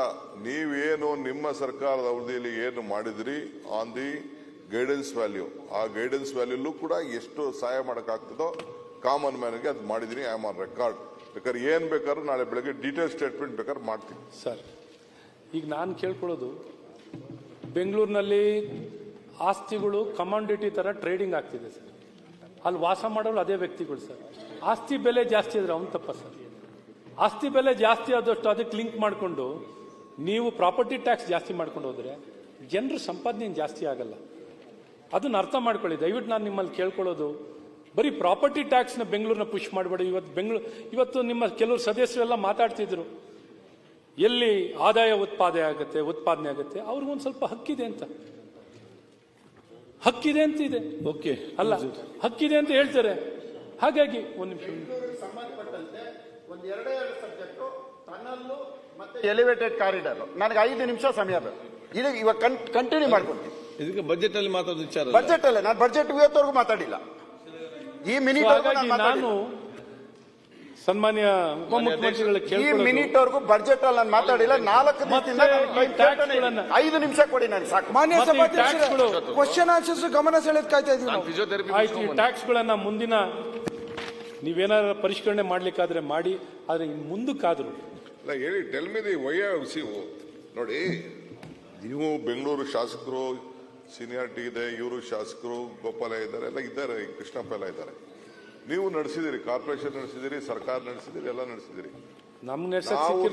ನಿಮ್ಮ ಸರ್ಕಾರದಲ್ಲಿ ಏನು ಫಿಕ್ಸ್ ಮಾಡಿದಿರಿ, ಏನು ನ್ಯಾಷನಲ್ ಲೆವೆಲ್ ಗೈಡ್ಲೈನ್ಸ್ ಇತ್ತು, ಸ್ಟೇಟ್ ಲೆವೆಲ್ ಗೈಡ್ಲೈನ್ಸ್ ಇತ್ತು, ಅದ್ರ ಬಿಟ್ಟು ಐ ಹ್ಯಾವ್ ನಾಟ್ ಇನ್ಕ್ಲೂಡೆಡ್. ನೀವು ಎನಿಥಿಂಗ್ ಇಸ್ ಬೆಟರ್ ನೀವು ಹೇಳಿ, will look it to it. I am open to it. ಬೆಂಗಳೂರಿಗೆ ನಾಗರಿಕರಿಗೆ ಒಳ್ಳೇದಾಗಬೇಕು, ಬೆಂಗಳೂರು ಅಭಿವೃದ್ಧಿನೂ ಆಗಬೇಕು. ಅರ್ಥ ಆಯ್ತಾ? ಸರ್ಕಾರ ಎಷ್ಟು ಕೊಡಬೇಕು ಅಷ್ಟು ಕೊಡ್ತಾರೆ. That is A different question. Ultimately ನಾವು ಯಾವ ರೋಡ್ಗಳನ್ನು ವೈಡ್ನಿಂಗ್ ಮಾಡೋಕ್ಕಾಗಲ್ಲ. ಆ ವೈಡ್ನಿಂಗ್ ಮಾಡಕ್ ಹೋಯ್ತು ಅಂತಂದ್ರೆ ಕಾಂಪನ್ಸೇಷನ್ ಎಷ್ಟು ಕೊಡಬೇಕು ಅಂತ ನಿಮ್ಗೆ ಗೊತ್ತೇ ಇದೆ. ನಿಮಗೆ ಇಟ್ ಈಸ್ ಇಂಪಾಸಿಬಲ್. 2013 ಆಕ್ಟ್ ಆದ್ಮೇಲಂತೂ it is not possible. So ಇರತ್ತಲ್ಲಿ ಇನ್ನೇನೆಲ್ಲ ಆಪ್ಷನ್ ಮಾಡ್ಬೋದು ಅಂತ ನಾನು ನಿಮ್ಮಂತ 100 ಜನ ತಜ್ಞರ ಹತ್ರ ಚರ್ಚೆ ಮಾಡಿದ್ದೀನಿ. ಈಗೂ ಬೇಕಾದ್ರೆ 24ನೇ ತಾರೀಕು ನಾವೆಲ್ಲ ಸೇರ್ತೀವಲ್ಲ ಬಜೆಟ್ ಮೇಲೆ, ಇನ್ನೇನು ಬೇಕಾದ್ರೂ ಸೆಷನ್ ಕೊಡಿ 24ನೇ ತಾರೀಕು ಬಜೆಟ್ ಮೇಲೆ. Let us work out what is there. ನಾನು ಪರ್ಮನೆಂಟ್ ಇಲ್ಲ, ನೀವು ಪರ್ಮನೆಂಟ್ ಇಲ್ಲ. ಇಲ್ಲಿ ಜನಕ್ಕೆ ಏನಾದ್ರು ಒಳ್ಳೇದಾಗದಾದ್ರೆ ವಿಲ್ ಡೂ ಇಟ್. ಬಹಳ ಮುಖ್ಯವಾಗಿ ಅಧ್ಯಕ್ಷರೇ, ಮಧ್ಯದಲ್ಲಿ 1 ನಿಮಿಷ ನಮ್ಮ DCM ಅವರು ಸರ್. ಸರಿ, ಬೆಂಗಳೂರು ಮಾತಾಡ್ತಾವ್ರು ಸುಮ್ಮನೆ ಪಾಪ ಬಹಳ ಜನ ಇದ್ದಾರೆ ಅವರು. ಇಲ್ಲ 1 ನಿಮಿಷ. ತಾವು ಬೆಂಗಳೂರು ಬಗ್ಗೆ ಮಾತಾಡಿದ್ರಿ, ಬೆಂಗಳೂರು ಅಭಿವೃದ್ಧಿ ಬಗ್ಗೆ. ನೀವು ನಮ್ಮ ಶರಾವತಿ ನದಿ ನೀರನ್ನ ತರುವಂತ ಕೆಲಸ ದಯವಿಟ್ಟು ಕೈ ಮುಗಿತಾನೆ ಅದು ಒಂದು ಮಾಡಬೇಡ್ರಿ ಅನ್ನುವಂಥದ್ದನ್ನ. ಓಕೆ ಸಭಾಧ್ಯಕ್ಷರೇ, ಏನೊಂದು ಸರ್ ಮುಂದಿನ ದಿನದಲ್ಲಿ ನಾನು ಕೇಳ್ತಾ ಇದ್ದೀನಿ, ಪರಿಷ್ಕರಣೆ ಮಾಡ್ತಾ ಇವೆಲ್ಲ ಗಮನದಲ್ಲಿ ಇಟ್ಕೊಳ್ಳಿ. ಯಾಕೆಂದ್ರೆ ಇದು ಡೈನಾಮಿಕ್ ಆಗಿ ಲಿಂಕ್ ಮಾಡ್ಕೊಂಡ್ಬಿಟ್ರೆ ಸರ್, ಡೈನಾಮಿಕ್ ಆಗಿ ಲಿಂಕ್ ಮಾಡ್ಕೊಂಡ್ರೆ ತಾನೇ ರೈಸ್ ಆಗ್ತಾ ಹೋಗ್ತದೆ. So ಹಾಗಾಗಿ ಇನ್ನೊಂದು ಬಹಳ ಮುಖ್ಯವಾಗಿ ಅಲ್ಲ, ಯಾಕೆಂದ್ರೆ ಇಲ್ಲಿ ಆರೋಗ್ಯದ ವಿಚಾರ, ಏನ್ ಆರೋಗ್ಯದ ವಿಚಾರ ನಾನೇನ್ ಕೇಳಕ್ ಇಷ್ಟಪಡ್ತೀನಿ. ನಮ್ಮ BBMP ಭಾಗದಲ್ಲಿ ಆರೋಗ್ಯ ಇಲಾಖೆನೂ ನಿರ್ವಹಣೆ ಮಾಡ್ತಿದೆ, BBMPನೂ ನಿರ್ವಹಣೆ ಮಾಡ್ತಿದೆ. ಈಗೇನು 198 ವಾರ್ಡಿನ ಪ್ರಕಾರ ಇನ್ನೂ ನಮಗೆ ಯಾರೋ ಹೇಳ್ತಿದ್ರು, ಈವನ್ 40,000 1 ಲಕ್ಷ ಜನಸಂಖ್ಯೆ ಇರೋ ಒಂದು ವಾರ್ಡಿಗೆ ಒಂದು PHC ಇಲ್ಲ. 53 ವಾರ್ಡಲ್ಲಿ ಇನ್ನೂ PHCಗಳಿಲ್ಲ. 53 ವಾರ್ಡ್ಗಳಲ್ಲಿ ನಮ್ಮ clinic it is a mission sir. ಅದನ್ನ ಏನೊಂದು ಹೆಲ್ತ್ ಅಂಡ್ ವೆಲ್ನೆಸ್ ನ ಕ್ಲಿನಿಕ್ನೇನೆ ನಮ್ಮ ಕ್ಲಿನಿಕ್ ಅಂತ ಅಪ್ಗ್ರೇಡ್ ಮಾಡಿ 15 ಫೈನಾನ್ಸ್ ನಲ್ಲಿ ಮಾಡಿರುವಂತ ಸರ್. PHC ಅನ್ನುವಂಥದ್ದು ಬಹಳ ಸಿಸ್ಟಮೆಟಿಕ್ ಆಗಿ ಸ್ಟ್ರಕ್ಚರ್ಡ್ ಆಗಿರುವಂಥದ್ದು. ಒಂದು ವಾರ್ಡಿಗೆ ಇನ್ನೂ ಬೆಂಗಳೂರು BBMP ನಲ್ಲಿ ನಿಜವಾದ ಪರಿಸ್ಥಿತಿ ನೀವೇನಾದ್ರು ನೋಡಿದ್ರೆ, BBMP ಬೆಂಗಳೂರು ನಗರ ಬಡವರಿಗೆ ಬಹಳ ಕಷ್ಟಕರವಾಗಿರುವಂಥ ಜಾಗಗಳು. 53 PHC ನಿಮ್ಗೆ ಹೇಳ್ಬೇಕು ಅಂದ್ರೆ ಇನ್ನೂ ಸ್ಯಾಂಕ್ಷನ್ ಆಗಿಲ್ಲ. ಆ ಪ್ರಪೋಸಲ್ ನಾನು ಬಾರಿನೂ ನಿಮ್ಮ ಸ್ಪೆಷಲ್ ಆಫೀಸರು, ನಿಮ್ಮ ಚೀಫ್ ಕಮಿಷನರ್ ಮಾತಾಡ್ತೀನಿ ಇರ್ತೀನಿ, FDಗೆ ಹೋಗುತ್ತೆ. BBMPಗೆ ಸ್ಯಾಂಕ್ಷನ್ ಮಾಡ್ತಿಲ್ಲ ಪೋಸ್ಟ್ನ. 53 PHC ಪೋಸ್ಟ್ ಅನ್ನು ಸ್ಯಾಂಕ್ಷನ್ ಮಾಡ್ದೇನೆ ಇನ್ನೂ ಹಾಗೆ ಡ್ರ್ಯಾಗ್ ಮಾಡ್ತಿದ್ದಾರೆ. ನಾನು ನಿಮ್ಮನ್ನು ಕೇಳ್ಕೊಳ್ಳೋದು, ತಕ್ಷಣ ಈ 53 ವಾರ್ಡಿನ 198 ವಾರ್ಡ್ನಲ್ಲಿ ಇನ್ನು 53 ವಾರ್ಡ್ಗೆ PHCಗಳಿಲ್ಲ. ಯಾಕಂದ್ರೆ ನೀವು ಇಂಟರ್ನ್ಯಾಷನಲ್ ಸ್ಟ್ಯಾಂಡರ್ಡ್ಗೆ ಆರೋಗ್ಯ ವ್ಯವಸ್ಥೆ ಮಾಡಬೇಕು ಅಂತಿದ್ದೀರ. ಮತ್ತೆ ನೀವು ಈಗ ಮಾಡಕ್ ಕೊಟ್ಟಿರೋದು, ನೀವು ಅವಧಿಯಲ್ಲಿ ನಮ್ಮ BBMPನಲ್ಲಿ 6 ರೆಫರಲ್ ಹಾಸ್ಪಿಟಲ್ ಇದೆ. 6 ರೆಫರಲ್ ಹಾಸ್ಪಿಟಲ್ ಬರೀ ಮೆಟರ್ನಿಟಿ ಹಾಸ್ಪಿಟಲ್. ಆ ಮೆಟರ್ನಿಟಿ ಹಾಸ್ಪಿಟಲ್ ಅಲ್ಲಿ ಇವತ್ತು ನೀವು ಬರೀ ಅಪ್ಗ್ರೇಡ್ ಮಾಡ್ತಿರೋದು, ಟಾರ್ಗೆಟ್ ಮಾಡ್ತಿರೋದು ಬರೀ 6 ಮೆಟರ್ನಿಟಿ ಹಾಸ್ಪಿಟಲ್ ಮಾತ್ರ. ಹಾಗಾಗಿ ಇವತ್ತು ನಾವು ಬೆಂಗಳೂರಿನಲ್ಲಿ ಒಳ್ಳೆ ವ್ಯವಸ್ಥೆಗಳು ಮಾಡಿದ್ದೀವಿ, ವರ್ಚುವಲ್ ಹಾಸ್ಪಿಟಲ್ ಮಾಡಿದ್ದೀವಿ. ಆ ವರ್ಚುವಲ್ ಹಾಸ್ಪಿಟ್ಲಿಗೂ ಸರಿಯಾಗಿ ಸಿಬ್ಬಂದಿಗಳು ಕೊಡ್ತಾ ಇಲ್ಲ. ಡಿಜಿಟಲ್ ಆಗಲಿ, ವರ್ಚುವಲ್ ಹಾಸ್ಪಿಟಲ್ ಆಗಲಿ, ಆ ಸಿಬ್ಬಂದಿಗಳು ಸೆಂಟ್ರಲೈಸ್ಡ್ ಕಮಾಂಡ್ನಲ್ಲಿ ಒಂದೊಂದು ಸ್ಪೆಷಲಿಸ್ಟು, 10 ಸ್ಪೆಷಲಿಸ್ಟ್ ಕೂತ್ಕೊಂಡ್ರು ನಾವು ಸಾವಿರಾರು ಜನಕ್ಕೆ ಸೇವೆ ಕೊಡ್ಲಿಕ್ಕೆ ಸಾಧ್ಯವಿದೆ. ಇಂಥ ಬೇಸಿಕ್ ಥಿಂಗ್ಸ್ ಕೊಡ್ಲಿಕ್ಕೆ ಆಗ್ತಿಲ್ಲ. ಹಾಗಾಗಿ ನಾನು ಇವತ್ತೇನು KC general hospital, CV Raman hospital, Jayanagar general hospital, ಈ 3 ಹಾಸ್ಪಿಟ್ಲು ಬಿಟ್ರೆ, ಸೆಕೆಂಡ್ರಿ ಹಾಸ್ಪಿಟ್ಲು ಈ 3 ಬಿಟ್ರೆ ಸರ್ ಸಭಾಧ್ಯಕ್ಷರೇ, ಈ 1.5 ಕೋಟಿ ಜನಸಂಖ್ಯೆಗೆ ಆರೋಗ್ಯ ಇಲಾಖೆಯಿಂದ ಅಥವಾ BBMPಯಿಂದ ಇನ್ನೊಂದು ಆಸ್ಪತ್ರೆ ಇಲ್ಲ. Bowring medical college hospital, Bowring Victoria ಒಂದು ಮೆಡಿಕಲ್ ಕಾಲೇಜ್ ಹಾಸ್ಪಿಟಲ್ ಇದೆ. ಆದರೆ ಒಟ್ಟು ಈ ಜನಸಂಖ್ಯೆಗೆ ತಗೊಂಡಾಗ ರೆಫರೆನ್ಸ್ ನಲ್ಲಿ ನಮಗೆ ಬೇಕಾಗಿರುವಂತಹ ರೀತಿಯಲ್ಲಿ ನೆಟ್ವರ್ಕ್ ನಲ್ಲಿ ಕೆಪಾಸಿಟಿಗೆ ಸಾಲದು. ಹಾಗಾಗಿ ಕೆಪಾಸಿಟಿನ ಇನ್ಕ್ರೀಸ್ ಮಾಡಿ, ನಿಮ್ಮ ಆರೋಗ್ಯ ವ್ಯವಸ್ಥೆನಲ್ಲಿ ನೀವು ದುಡ್ಡು ಖರ್ಚು ಮಾಡ್ತಿರೋದು ಕೇವಲ ನಿಮ್ಮ ರೆಫರಲ್ ಹಾಸ್ಪಿಟಲ್ 6ಗೆ ಮಾತ್ರ ಖರ್ಚು ಮಾಡಬೇಡಿ, ಬೇರೆ ಇದಕ್ಕೂ ಖರ್ಚು ಮಾಡಿ. ಮತ್ತು ಪ್ರೀಮಿಯಂ FIR ನೀವು ಬರೀ ಪ್ರೀಮಿಯಂ FIR ನ ಮಾಸ್ಟರ್ ಪ್ಲಾನ್ ಪ್ರೀಮಿಯಂ ಮಾಡಿ. ನೆಕ್ಸ್ಟ್ ಪ್ರೀಮಿಯಂ FIR ನ ಇವತ್ತು ಬೆಂಗಳೂರಿನಲ್ಲಿ ತಾವು ತಂದಿದ್ದೀರಾ. ಬಡ್ಜೆಟ್ ಮೂಲಕ ಇವತ್ತು ಮಾಸ್ಟರ್ ಪ್ಲಾನ್ಗಳು ರಿವೈಸ್ ಆಗಿರೋದು ಏನಿಲ್ಲ. ಎಷ್ಟು 2015ರ ಮಾಸ್ಟರ್ ಪ್ಲಾನ್ ಆಗಿಲ್ಲ. ಹೈ ಡೆನ್ಸಿಟಿ ಮಾಡಬಾರ್ದು ಅಂತ ನಾನೇನು ಹೈ ಡೆನ್ಸಿಟಿಗಳನ್ನ ನೀವು 18 ಮೀಟರ್ ರಸ್ತೆಗಳು ಎಲ್ಲಿದೆಯೋ, 18 ಮೀಟರ್ಸ್ ರೋಡ್ ಎಲ್ಲಿದೆಯೋ ಹೈ ಡೆನ್ಸಿಟಿ ಮಾಡಿ. ನಾವು we are all for high density, but right place ಅಲ್ಲಿ ರೈಟ್ ಇನ್ಫ್ರಾಸ್ಟ್ರಕ್ಚರು. ಎಷ್ಟು ಎತ್ತರ ಹೋಗ್ತೀರಾ ಅಷ್ಟೇ ಡೀಪವನು ವ್ಯವಸ್ಥೆ ಬೇಕು. ಹಾಗಾಗಿ ಪರಿಪೂರ್ಣವಾಗಿ ಒಂದು ಸುಧಾರಣೆಗಳನ್ನ ತಂದು ನೀವು ಮಾಡೋಂಥ ಪ್ರಯತ್ನ ಮಾಡಿ. ಲ್ಯಾಂಡ್ ಪೂಲಿಂಗು ಸಿಸ್ಟಮ್ಮು ರೀಬಿಲ್ಡ್ ಆಗಕ್ಕೆ ಫೆಸಿಲಿಟೇಟ್ ಮಾಡಿ, ಪಾಲಿಸಿಗಳನ್ನ ತರುವಂಥದ್ದು ನೀವೆಲ್ಲ ಎನೇಬಲರ್ಸ್ನ ತನ್ನಿ. ನೀವು ಬಿಟ್ಸ್ ಅಂಡ್ ಪೀಸಸ್ ನಲ್ಲಿ ಇವತ್ತು ಟೌನ್ ಅಂಡ್ ಪ್ಲಾನಿಂಗ್ ಆಕ್ಟಿಗೆ ತಿದ್ದುಪಡಿ ತಂದು FIR ನ 9 ಮೀಟರ್ ರಸ್ತೆ ಇರೋದು, 12 ಮೀಟರ್ ರಸ್ತೆ ಇರೋಂಥ ರಸ್ತೆಗಳಿಗೂ ನಾವು ಪ್ರೀಮಿಯಂ FIR ಕೊಟ್ರೆ ಎಲ್ಲಿಂದ ಆಗುತ್ತೆ? ಅಲ್ಲಿ ಏನು ತಡ್ಕೊಳತ್ತಾ? ಸೊ ಹಾಗಾಗಿ ನಾನು ತಕ್ಷಣ ಈ ಒಂದು ನಾನು ಸರ್ಕಾರದಲ್ಲಿ ವಾರ್ಡ್ಗಳಿಗೂ ಇವರು ಎಲಿವೇಟೆಡ್ ಡಬಲ್ ಡೆಕ್ಕರ್ ಎಲ್ಲ ಮಾಡ್ತಿದ್ದಾರೆ. ಏರಿಯಾ ವಾರ್ಡ್ಗಳು ಏರಿಯಾಗಳಿಗೆ ಆಯ್ತು, ಅದನ್ನು ನೀವು ಮಾಡ್ತಿರೋ ಬಿಡ್ತಿರೋ ನಿಮಗೆ ಬಿಟ್ಟಿದೆ. ಬಹಳ ಮುಖ್ಯವಾಗಿ ವಾಕ್ಯಬಲ್ ಫುಟ್ಪಾತ್ ಏನಾಗಿದೆ? BBMP ಮಾತಾಡಿ, ಇಲ್ಲಿ ಕೂತ್ಕೊಂಡು ಅಲ್ಲ ಸರ್, ನಾನೇನು BBMP ಮಾತಾಡಿ ಮೀಟಿಂಗ್ ಆಗುವಾಗ BBMP ಬಜೆಟ್ ಆಗುವಾಗ ಕಿಲೋಮೀಟರ್ ಇದೆ, ಫುಟ್ಪಾತ್ ಬಗ್ಗೆ ನೀವು ಅದು ಪರವಾಗಿದ್ದೀರಾ, ಕ್ರಮ ವಹಿಸಿ ಅಷ್ಟೇ. ಅದನ್ನು ಮಾಡ್ತಾರೆ. ಟ್ರಾನ್ಸ್ಪೋರ್ಟೇಷನ್ ಸಿಸ್ಟಮ್ ಏನ್ ಗೊತ್ತಾ ಸರ್? ಮೋಟರೈಸ್, ನಾನ್ ಮೋಟರೈಸ್ ಸರ್. ಮೋಟರೈಸ್ಡ್, ನಾನ್ ಮೋಟರೈಸ್ ನಲ್ಲಿ ಬರೋದೇ ನಿಮ್ ಫುಟ್ಪಾತ್ ಸರ್. ಈ ಫುಟ್ಪಾತ್ಗಳು ಯಾರನ್ನು ಸರ್ ನಡೆಯೋದು, ನಾವು ನೀವು ಯಾರು ನಡೆಯಲ್ಲ ಸರ್. ನಡೆಯೋದೇ ಬಡವರು, ಶಾಲೆಗೆ ಹೋಗೋ ಮಕ್ಕಳು, ಮಹಿಳೆಯರು, ವಯಸ್ಸಾದವರು, ಇವರು ಧ್ವನಿ ಇಲ್ಲದ ಜನ ಸರ್. ಏನಾಗ್ತಿದೆ? ಆಕ್ಯುಪೈ ಫುಟ್ಪಾತ್ ಸರ್, ಅದಕ್ಕೆ ಅಪ್ಪಿಲ್ಲ ಅಮ್ಮಿಲ್ಲ ಸರ್. ಎಲ್ಲರೂ literally, I am telling with all the pain, with concern. ನಿಮ್ನ ಇವತ್ತು ಅಲ್ಲ, ನೀವು ಯಾವತ್ತು ಸಾರ್ವಜನಿಕ ಏನೋ ಜನಸ್ಪಂದನ ಕಾರ್ಯಕ್ರಮ ಮಾಡಿದ್ರಲ್ಲೂ ನಾನು ನಿಮ್ಗೆ ಅವತ್ತೂ ವೇದಿಕೆನಲ್ಲಿ ನಾನೇನು ನಿಮ್ಗೇನು ಬೇಡಿಕೆ ಬೇರೆ ಯಾವುದು ಇಟ್ಟಿರಲಿಲ್ಲ, ನಾನು ಯಾವುದು ವೈಯಕ್ತಿಕ ಬೇಡಿಕೆಯನ್ನು ಇಟ್ಟಿಲ್ಲ. ನಮ್ಗೇನು ನೆಕ್ಸ್ಟು ನಿಮ್ಮ ಅವಧಿ ಮುಗಿಯೋರ್ಗೂ ನಮಗೇನು ಅನುದಾನ ಕೊಡಲಿಲ್ಲ ಅಂದ್ರೂ ತೊಂದರೆ ಇಲ್ಲ, ಅದು ನಿಮಗೆ ಬಿಟ್ಟಿದ್ದು. ಆದರೆ ಬೆಂಗಳೂರಿನ ಸಮಗ್ರವಾಗಿ ಅಭಿವೃದ್ಧಿಯನ್ನು ಮಾಡಲಿಕ್ಕೆ ಇಂಥ ಕ್ರಮಗಳನ್ನು ವಹಿಸಿ, ಮತ್ತು ಬೀದಿ ದೀಪ ಇವತ್ತಿಗೂ ನಿಮ್ಗೆ ಹೇಳ್ಬೇಕು ಅಂದ್ರೆ 100 ಫೀಟ್ ಅಂತ ರೋಡ್ಗಳಲ್ಲಿ ಮಾತಾಡ್ಬೇಕಲ್ಲ, ಆರ್ಟಿರಿಯಲ್ ರೋಡ್ ನಲ್ಲಿ ಬೀದಿ. ಓಕೆ ಅಶ್ವಥ್, ಸೊ ಹಾಗಾಗಿ ಕಂಕ್ಲೂಡ್ ಮಾಡಿ. ಬೀದಿ ನಾಯಿಗಳು, ಬೀದಿ ದೀಪಗಳು ಇವೆಲ್ಲವೂ ಫುಟ್ಪಾತ್ ಈಗ ಕ್ಲೋಸ್ ಇಟ್ ಕೊಟ್ಟು ನೀವು ನಗರವನ್ನು ಅಭಿವೃದ್ಧಿ ಮಾಡಿ, ನಿಮ್ಗೆ ಒಳ್ಳೇದಾಗ್ಲಿ. ಮತ್ತು BWSSB ಇದು ಇನ್ನೊಂದು ಉತ್ತಮಗೊಳಿಸಿ, ಇನ್ನ ನೀರು ಸಿಗೋಂಗ್ ಮಾಡಿಕೊಡಿ.